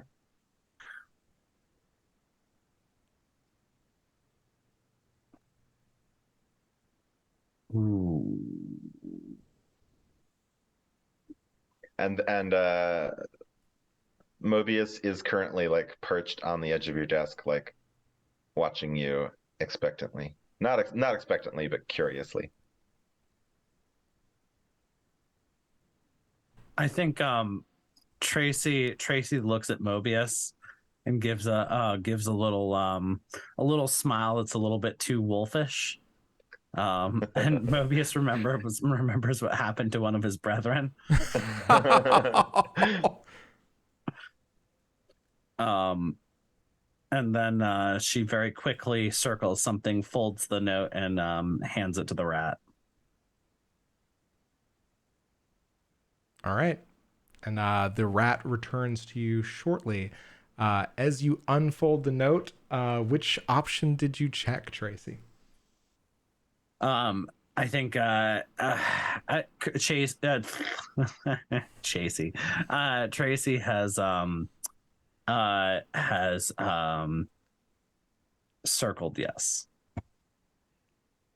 Okay. Bloberella, you receive a similar note from a different rat. Yeah, as she's bored. So yeah. Okay. Victor Circles yes, XOXO. I will say No. She's just XOXO for this. Yeah. No kisses for me. this. What's the opposite of XOXO? OXOX. I circle none of the options and I just write in whatever. Just I'll let you guess. Cold as ice. I love it. Yeah, so I will say this, Victor, you see the notes. You've been doing this a very long time, but you also know that like these kids have something to get off their chest, and you've always been a little soft on Rockatansky. So what do you decide to do now that you're seeing this? I think he, to save face in front of all the other students in detention, he barks out, Blobenstein, Rockatansky, Thorn, get over here. I see those notes. And he goes to the side of the foodatorium and opens one of the exterior doors. Yeah. Come on. Have I seen both responses on the notes? I will assume yes, because Okay, in that case, the rats collectively shred both notes and then eat the scraps. yes, absolutely. But yeah, you guys are being ushered out the side by Dr. Karloff. Okay. What am I gonna do with you three? Who feels like talking first?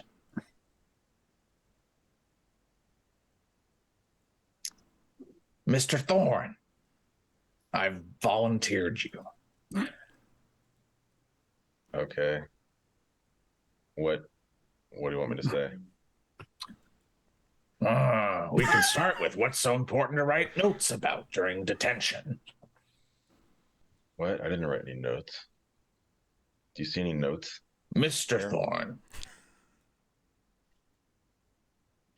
Mr. Thorn.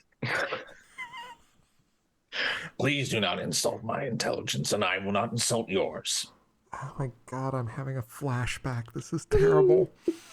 God, yeah, go ahead. Sorry. I'm having a flashback to the other end of that conversation. I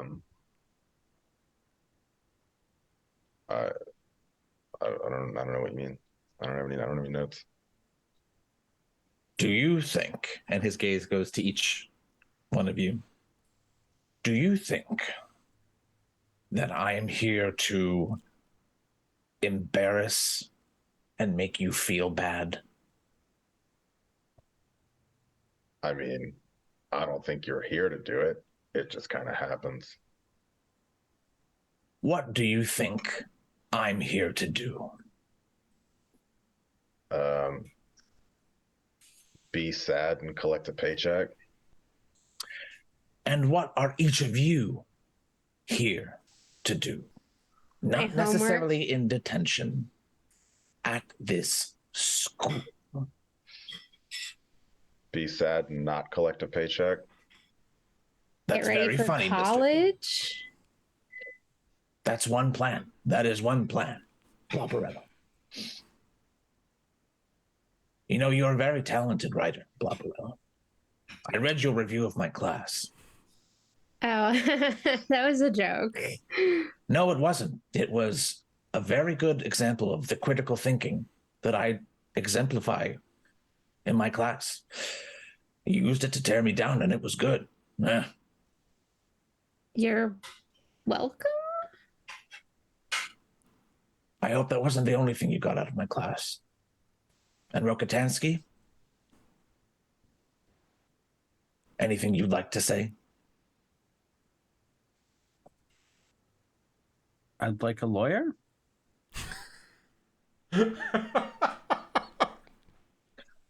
I do know some good ones, if you need any. Why do you think you're here, Rockatansky?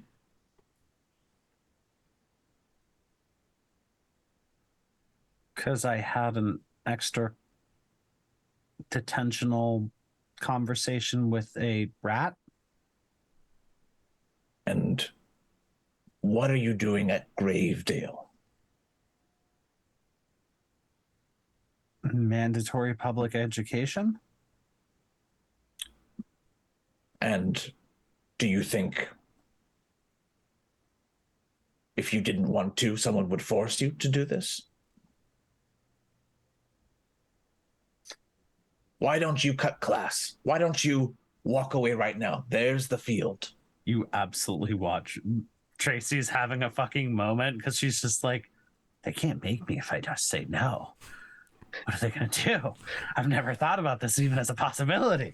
And she just kind of, because I would rather be educated than not educated. Mm.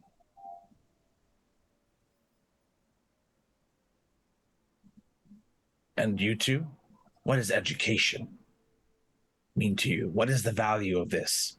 You could also walk away right now.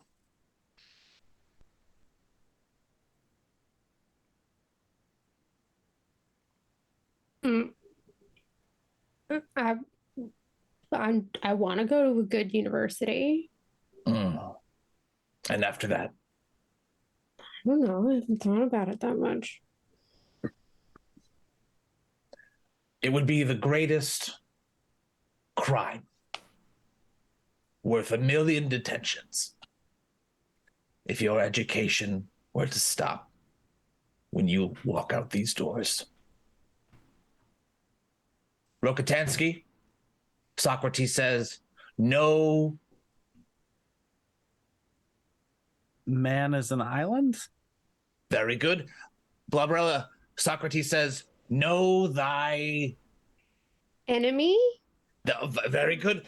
Mr. Thorn, Socrates says, know thy... Self, biblically. Self. Very good. I have faith in each one of you here to look inward. The No, but learning biblically, never though. stops. Mr. Thorn, you're skating on real thin ice. All of the rats, like I don't react, but all of the rats snicker.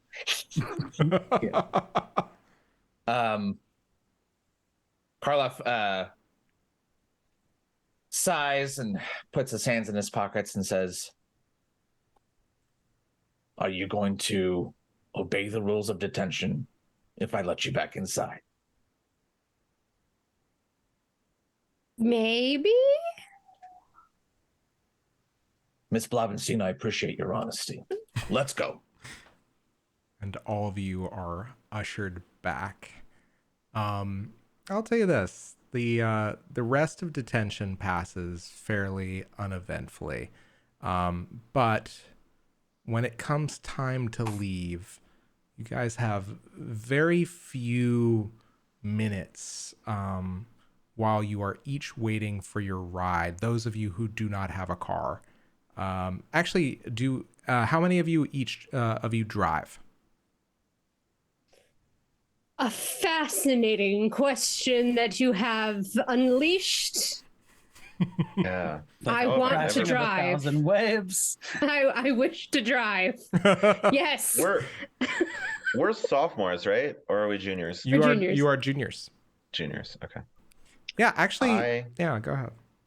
I don't think I drive, but lately I've been getting rides with Eddie in his van. Yeah, absolutely. Tracy does not. Oh, Tracy definitely does not can drive very well, and in fact drives like a very old beat up Vespa. Nice. Okay. Very cool. Yeah, so I think Bloberella, you're the only one, or I think Johnny, you're the only one that's kind of like waiting on somebody, and I think like you got Bloberella pulls up with the pink Corvette. Get in, bitch! No. well, this is my thing is like, do you guys kind of like purposefully dawdle so that you guys can like have this like awaited this conversation you promised yourselves, or what do you do? I do for sure because I want it. I actively want it to happen. I think I'll see if the two of you are dawdling, then Bloberella will clandestinely be later coming out the door. But it's not because of you guys. I have a pitch that Dr. Karloff insisted on reading the paper she'd been working on and offering a couple things. Excellent. Excellent work. Yes, absolutely. Okay, so yeah, I think at this point, yeah, you find I think Johnny and I think Tracy kind of like quietly waiting for you, I guess. What do you do?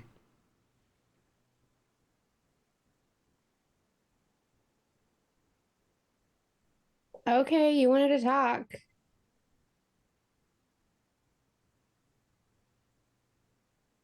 That was Tracy to me. Tracy was pointing at what Bloberella said, and then Hopper couldn't remember which direction Marcy is from me on the Twitch overlay. Which I think is technically this direction.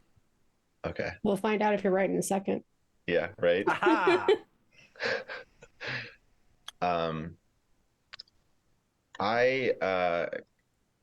I think I actually am going to potentially self-sabotage myself here, Zach, by rolling Keep Your Cool to see how this gets delivered. Does that work for you? That absolutely works for me. Okay. Again, a thing I'm terrible at. It's a 7. Okay. I will tell you this. This is middling, but the idea here is when you try to keep your cool, when you keep your cool and act despite fear, name what you're afraid of and roll with cold.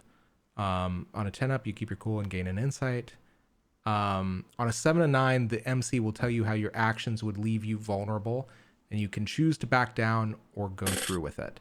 So, in this case, what I need to know is, what are you afraid of happening?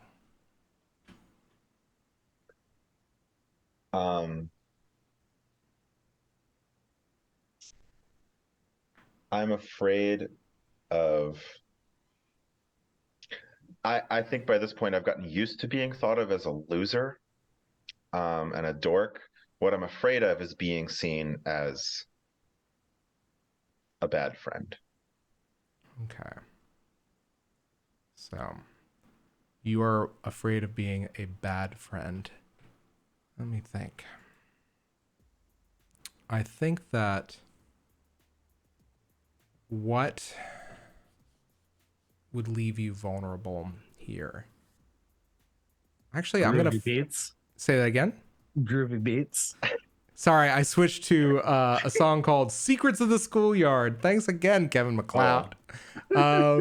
But yeah, the idea here, I think, is like, I'm gonna farm this out to you guys. Like, what do you think would render Johnny most vulnerable to you? Like, what,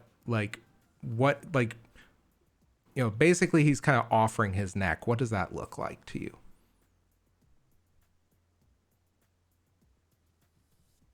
It would trigger the end of my darkest self.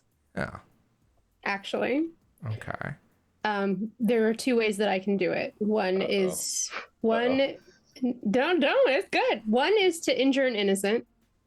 The other is to relinquish a part of my power or control to somebody more worthy. And I'm letting you take the space to have this conversation. Okay. And what does vulnerability look like for you, Tracy? I think Max is a very physical, like kind of like body language person. I think Tracy she just wants to be able to trust people.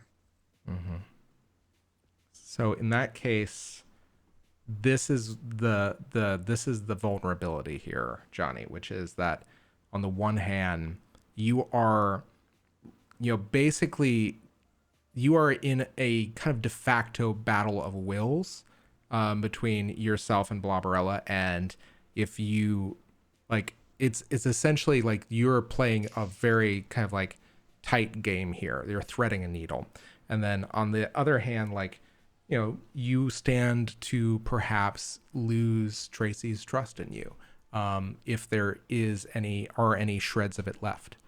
Do you decide to go through with this? I 100% decide to go through this. Okay. So, say what you have to say while keeping your cool. All right. Look, two things. The first thing is, I don't need you to think that I'm cool. I assume that will I don't need you to think that I'm cool. I assume that will never happen. That's not what this is. I acted like a piece of shit, and I just want you to know that I know that, and I'm sorry. The second thing is, I think I might know who ruined your party, but I am pretty sure you will be mad at me for the answer.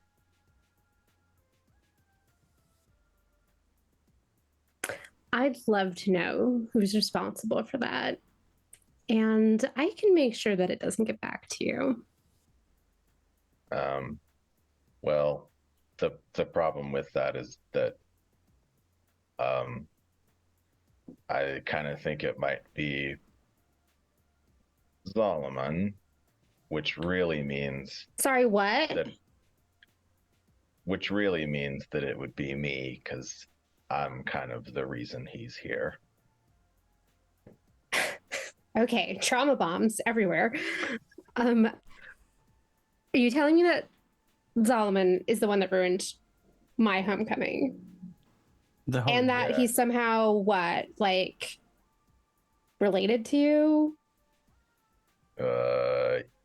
Yeah, that's a conveniently short version of the answer. Okay. Well, he did kind of stand me up. So I have no problem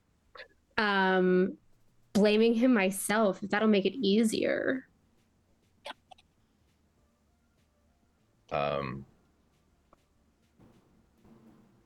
it would make it easier, but I'm kind of in this because I tried to do it the easy way, so I kind of want to do it the hard way. What do you mean the easy way?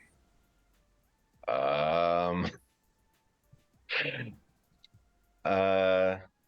think I would try to give the short version of my backstory to them, but that would take a lot of time to do in real time. If we want to just fast forward through it. Yeah. I think I tell them like in as cagey a way as I can while still giving them the answer, like why Solomon is here and where he came from. Yeah, absolutely. You can do that in very short order. So you guys are hit with revelation after revelation of infernal kind of like backgrounds, but not the secret that Rick Moranis sacrificed himself in order in order to diminish whatever this contract is. Yeah, my version of the story from my point of view is that I just fucked up the ritual and that's how I ended up this way. That's what I think happened. Absolutely. Like, yeah. And all of you guys are just like you see the horns poking out of his forehead now, like the flesh less angry, but the horns more like kind of like protruding out. So like it's starting to click. What do you guys do? So you sold your soul to hell so you could win Battle of the Bands? I mean, it sounds stupid when you say it that way. It is stupid. That's why. Like, I mean, for real. There are so many other ways to sell your soul if you just wanted to be popular. Yeah, I really hate to agree with Bloberella on this, but also, Thank you. Why would you ever aim so low? What the fuck? I mean, Zalman was hot. No, I mean, he was hot to me until he decided to ruin my homecoming party, but that's irrelevant. Look, I know that there are easier ways to be popular, but I wanted to be popular for the thing that I'm actually fucking good at. So sue me. So why didn't you just do it? I mean, Because when I did, someone rebranded my band. So why didn't you ever fight back? Like, no offense, Johnny, but I learned pretty fast that if I wanted to get in with the right people and make my own mark, I had to push back on things. You think I just sort of magically woke up and was able to take control of the school and Gelatina and all this other stuff? No, they put me through hell. I mean, not literal hell like you did. Obviously, it's a little bit different than that. But what is middle school if not hell? But, you know, all I figured out was if you can actually walk the walk, people will just think that you know what you're doing. You mean the right people will think you know what you're doing? Most people think I know what I'm doing. Sometimes I think I know what I'm doing. I'm just saying, you never push back. Yeah. I don't know how to push back against my friends, I guess. Is that what we're supposed to do with our friends? Push back? I mean, if we're like lecturing people now, like, do friends humiliate friends in front of the whole student body? Like do friends push first? This is about your problems, not mine. Well, my problems kind of come from your problems. So, all right, look, what do you all want? Like an apology or something? Or did we all just forget middle school and all of the names that they used to call me? No, we're getting off track. I came here to apologize, not to make you apologize. That's like not. Never mind. I just wanted you to know. Wait, sorry. What? What? I missed what you said. Hopper said, or Tracy said, I wouldn't say no to an apology. And then Not from the implication is not towards you. It is towards Bloberella, actually. Okay. I mean, look, hanging out with you all was fun, but if I wanted to stop getting actively bullied and actually do something and have a better experience here, I had to figure out how they worked. And I'm pretty good at it. Well, Fair enough. it seems like you're really happy. Yeah, it does seem like you're really happy. Yeah, I'm thrilled, like all the time. I didn't say that. I mean, it's not exactly fun, but it's a little better than what it used to be. And look, I can keep the rest of the Blob Squad off your backs for the rest of the year and maybe also senior year. But I won't be able to do that if I'm drawn back into this little circle and they all find out about it.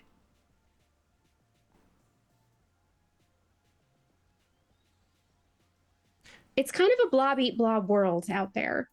And with that, suddenly this conversation is interrupted by a loud shouting and yet frail voice from the top of the bus depot.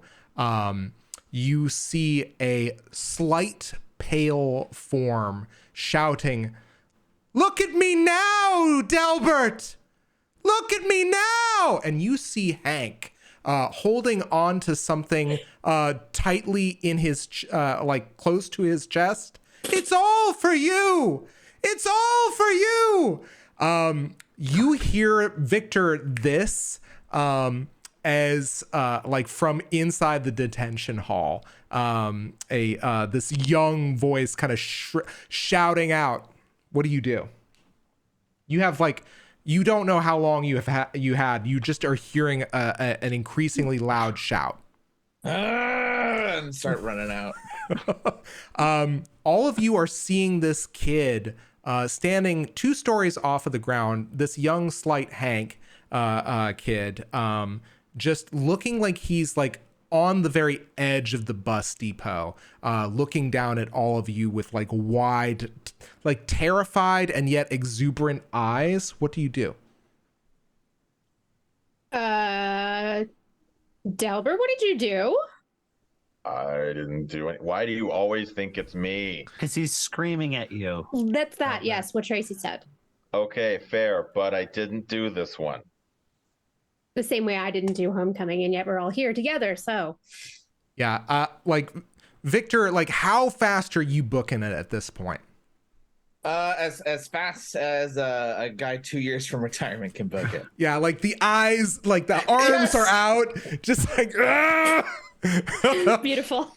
Yeah, are any of you guys saying anything? Because as you are kind of like having this argument, Hank is like starts putting 1 foot out over the edge of the roof. Oh, my blob. I'm gonna like try to scoot my way over there really fast, because if I sit myself down right underneath the bus depot and he lands on me, I mean, he'll be fine. He'll be partially absorbed, but I don't have to actually eat him. I'll just spit him back out. Okay, excellent. Tracy is just like smacking Johnny's Johnny's arm and just being like, "Tell him you don't want him to jump." Yo, Hank, bud, what's going on, man? I don't know how to do this. You want to talk? Wait a minute. I'm gonna come up there. Yeah, it's like you just hear him just saying, "It's all for you, young rock god. It's all for you." Like, what do you like? How are you getting up there? Is my question. I turn to look at Bloberella with a meaningful expression.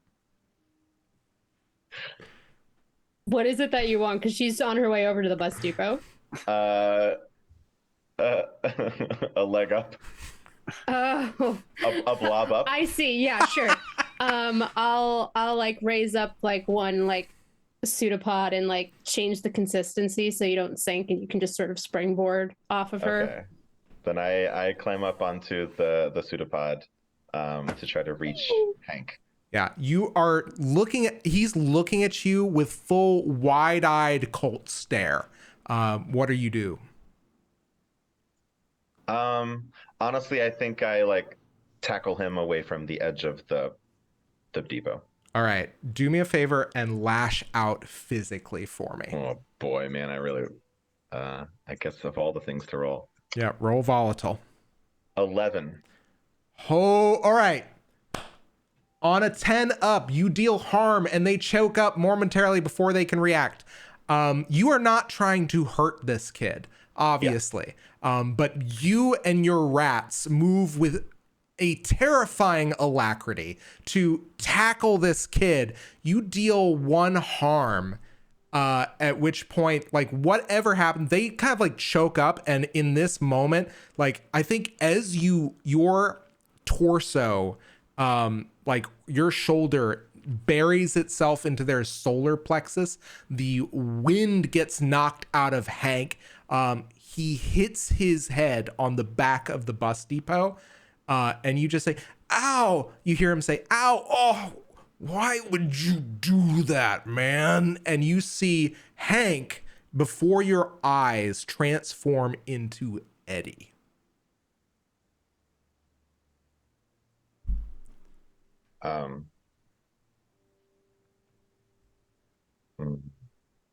I guess this means I don't really have a band, huh? What are you talking about, man? I love that fucking band. Ow! Oh, my plexus. Hey, Eddie, Hank, Hetty. We're gonna go with Hetty. What's going on, my dude? Look, I kind of blacked out after the last time we talked, but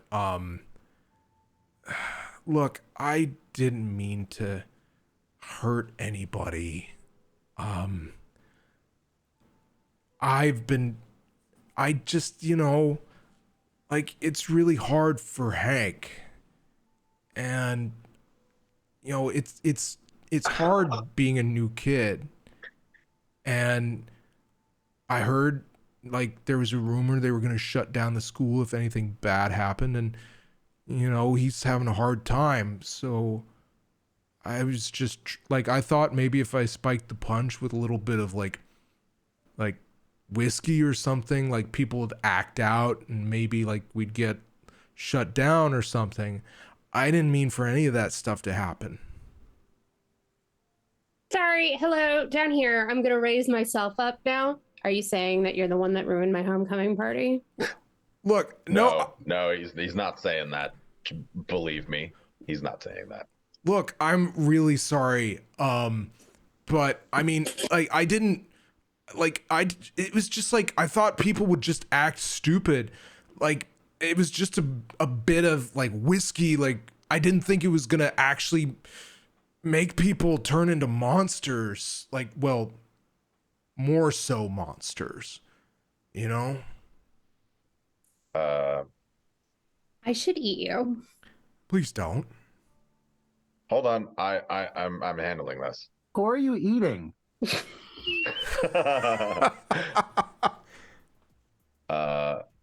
Hetty. Look, it's really just Eddie. I'm Eddie. He's Hank. Fair enough. Eddie, I'm gonna go out on a limb here and ask if you know anything about the fire. Yeah, I was just trying to set the smoke alarms off, but it kind of like went out of control. I thought like I'd been really careful, but and as you're like looking around him, like, you see splayed out all like around the spot where he fell as the rats move are a bunch of sheets of paper. What do you do? I think I am going to pick up one of the pieces of paper, but as I do that, like, before I look at it, I'm saying to him, like, dude, you're the most metal motherfucker I know, but for what it's worth, you're a little bit less metal than you think you are. And then I look at the paper. Do me a favor and roll to shut somebody down real quick before you look at the paper. Oh, I don't mean like that. Okay. It's not an insult. That's my way of saying that I don't think he's entirely in control of the consequences of his actions. I see. I gotcha. As you look at the paper, you see like something that's very familiar to you with Battle of the Bands written on top with very familiar detailed information. But the thing that you realize like in the run up to the Battle of the Bands was that Floodvein, the new metal band that you were going up against typically like and worried about with George at the front, had been like occluded because of him going to juvenile hall and not leaving anytime soon. However, on the band list, very clearly featured is your band, Susie and the Banshees. What was that? 6 Feet Under, and many more, including Floodvein featuring Zalaman the Wise. We're just going to briefly, while you kind of take this in, Victor, you just saw several of your students in detention tackle this kid who would look like he was about to jump off the edge of a bus. A very kind of like not very far to the ground bus depot. What are you doing? Students down! Superb. Yeah. Excellent. And what do you do seeing this paper, Johnny? I think to myself, I'm just like, yeah, that tracks. And then I look at Eddie and I'm like, so are you still in the band? Fuck yeah, I'm still in the band. All right. Well, that's the only thing I care about. No offense, Bloberella. I mean, I guess I can put off eating you, but just know that I owe you one locker slam to be decided at my choosing. That's fair, Eddie. You know, just being an objective third party here, like, that's fair. And You burned all my props. I'm not going to forgive you. Yeah, kick she your really ass. might eat you. I'm sorry. And that is where we kind of like fade out of that scene. And we're going to have 2 quick smash cuts here. I think after all of the tumult of all of this and the craziness, we're going to smash cut to Dr. Karloff. Dr. Karloff, is there anything of like your like personal effects that are still on campus ever since you've been kind of like demoted to proctor? Like, where do you go when you are done with administering detention? I think I'm gonna say that the teachers lounge has like a couple like cubby holes and like makeshift lockers in there, and he's had one, you know, hit top left. He's had it for years, and so he goes in there, and you know, there's that like same old microwave in the corner that's been there for about 20 years, and you know, grabs a Dr. K from the fridge and sits down. What a specific reference. So yeah, he's in the teacher's lounge. And yeah, I think at this point, you are sitting there and you hear, "For he's a jolly good fellow, for he's a jolly good fellow, for he's a jolly good fellow." which no one can deny. And you turn and you see that many of the faculty members have brought you a cake that does not have any lit candles on it. Emblazoned on it in bright green icing is happy 50th anniversary. You know, I don't put any importance on these arbitrary dates, but thank you. And and then he goes, ah, and he smashes his hands into the cake. Ah. and a smiling, beaming headmistress Crone cackles with delight. And we cut once again to our final scene of the night, where we see in a black room guarded by dark-robed, hooded figures, hanging from by the hands, bound, a rope kind of hoisting him by his wrists. You see a figure whose face has been covered by a hood, but is still wearing a kind of like slapdash adjusted bow tie, and kind of a disheveled blazer, and like down around like one shoulder, still kind of connected by the tassel, a large 10-gallon cowboy hat. You see a slight form hanging, at which point you just hear a very soft voice say, hey guys? Guys? Was the hoedown a success? And we end on that scene for this episode. Join us next week for the thrilling conclusion of Frights of Fandom, Gravedale High. Guys, I'm so happy that we get to do this dumb, wonderful game with all of you. So let me throw it off to my cast for shout outs and plugs. Chris, if you'd like to go first.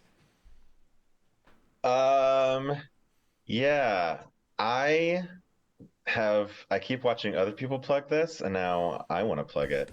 I want to take it from you and plug it. Everyone should watch The Hole in the World, because the better part of the people, actually, everyone but me. Is it everyone but me? Okay. Yeah. Every other person sometimes in you. this game. It's sometimes you. That one time. But very technically, everybody in this stream has That's also, true. and that is, I think, the very first time that's happened. I know. Yeah. Interesting.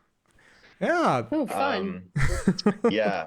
I want to plug The Hole in the World because it's a game that uses like one of the coolest RPG systems I've seen, Invisible Sun. And as you've seen tonight, everyone on that show is awesome at this. It's Sundays, right? Yes. Every other Yes. Sunday. Starting with I think this Sunday we're going to be playing a pre-recorded episode, so it'll be fun. Yeah. So take it from me, a person who's not a cast member of the show right now. I promise. Great show. Everyone should watch it. Oh, all right. We'll move down the overlay. Thank you for those kind words. Hopper, shout out some plugs. I would like to shout out, not the character, but the player, Jeff Stormer, host of Party of One podcast, All My Fantasy Children, and the writer of such phenomenal games, such as fuck, I forgot a superhero game, but you know what? Anyone I do can remember. wear the mask. Anyone can wear the mask, and his award-winning actual play podcast of Eusebius Bread and Breakfast. But you know what's even more important than that, and I think Jeff would really want all of you to know and remember and take into your hearts, is that he is the official, unofficial designer of the Olive Garden LARP. When you're here, your family. And yeah, that's it's real. You can look it up. I love it. Mhm. Absolutely it. love it. Live Yeah, it. go Live, play it. laugh, love. That's a threat. Live, laugh, love breadstick. Yeah, live, laugh, love breadsticks. That's the next thing. Bill. Yeah. Hang on. I've been Hopper. I'm still Hopper. All I do is shout out Jeff. Speaking of Hopper, I'd like to shout out Hopper. If you go to twitch.tv/the_legend_tree, you can see Hopper's channel, where I join Hopper in some games of Gloomhaven along with Zach, where we sometimes win. Check that out. And also Thursday, November 3rd is the next episode of Dark Visions, Not All Monsters Are From the Manual, a home game that graduated to a live stream set in a high lethality West Marches campaign. So every episode could be the last because Hopper, the DM, is trying to kill us, the characters. I made that clear this time. But check that out, Thursday, November 3rd. Awesome. And finally, Marcy, shout out some plugs. Hello, I'm still Marcy, aka Experimental Madness. That's the username you can find me most places around the internet except for Twitter, where I remain the resident cryptid. But in theory, you can find me there under the username Marciful. Whether or not I see anything, who knows? I'm just going to do our usual plugs tonight. There's still a lot happening right here on this channel. On Sunday, as Chris has already said, we will be having an episode of Hole in the World at 4:30 p.m. Eastern Time. Do tune in. Even though it is pre-recorded, a number of us will actually be in the live chat to interact with y'all. So it'll be like we're really still all there doing stuff. Maybe some of us will be a little bit more prescient than usual. Who knows? And then if you're not entirely sick of either myself or Hopper after that, well, you should tune in on this coming Monday because we will be coming back with another live episode of Streets of Gotham where Hopper and myself will be completely normal.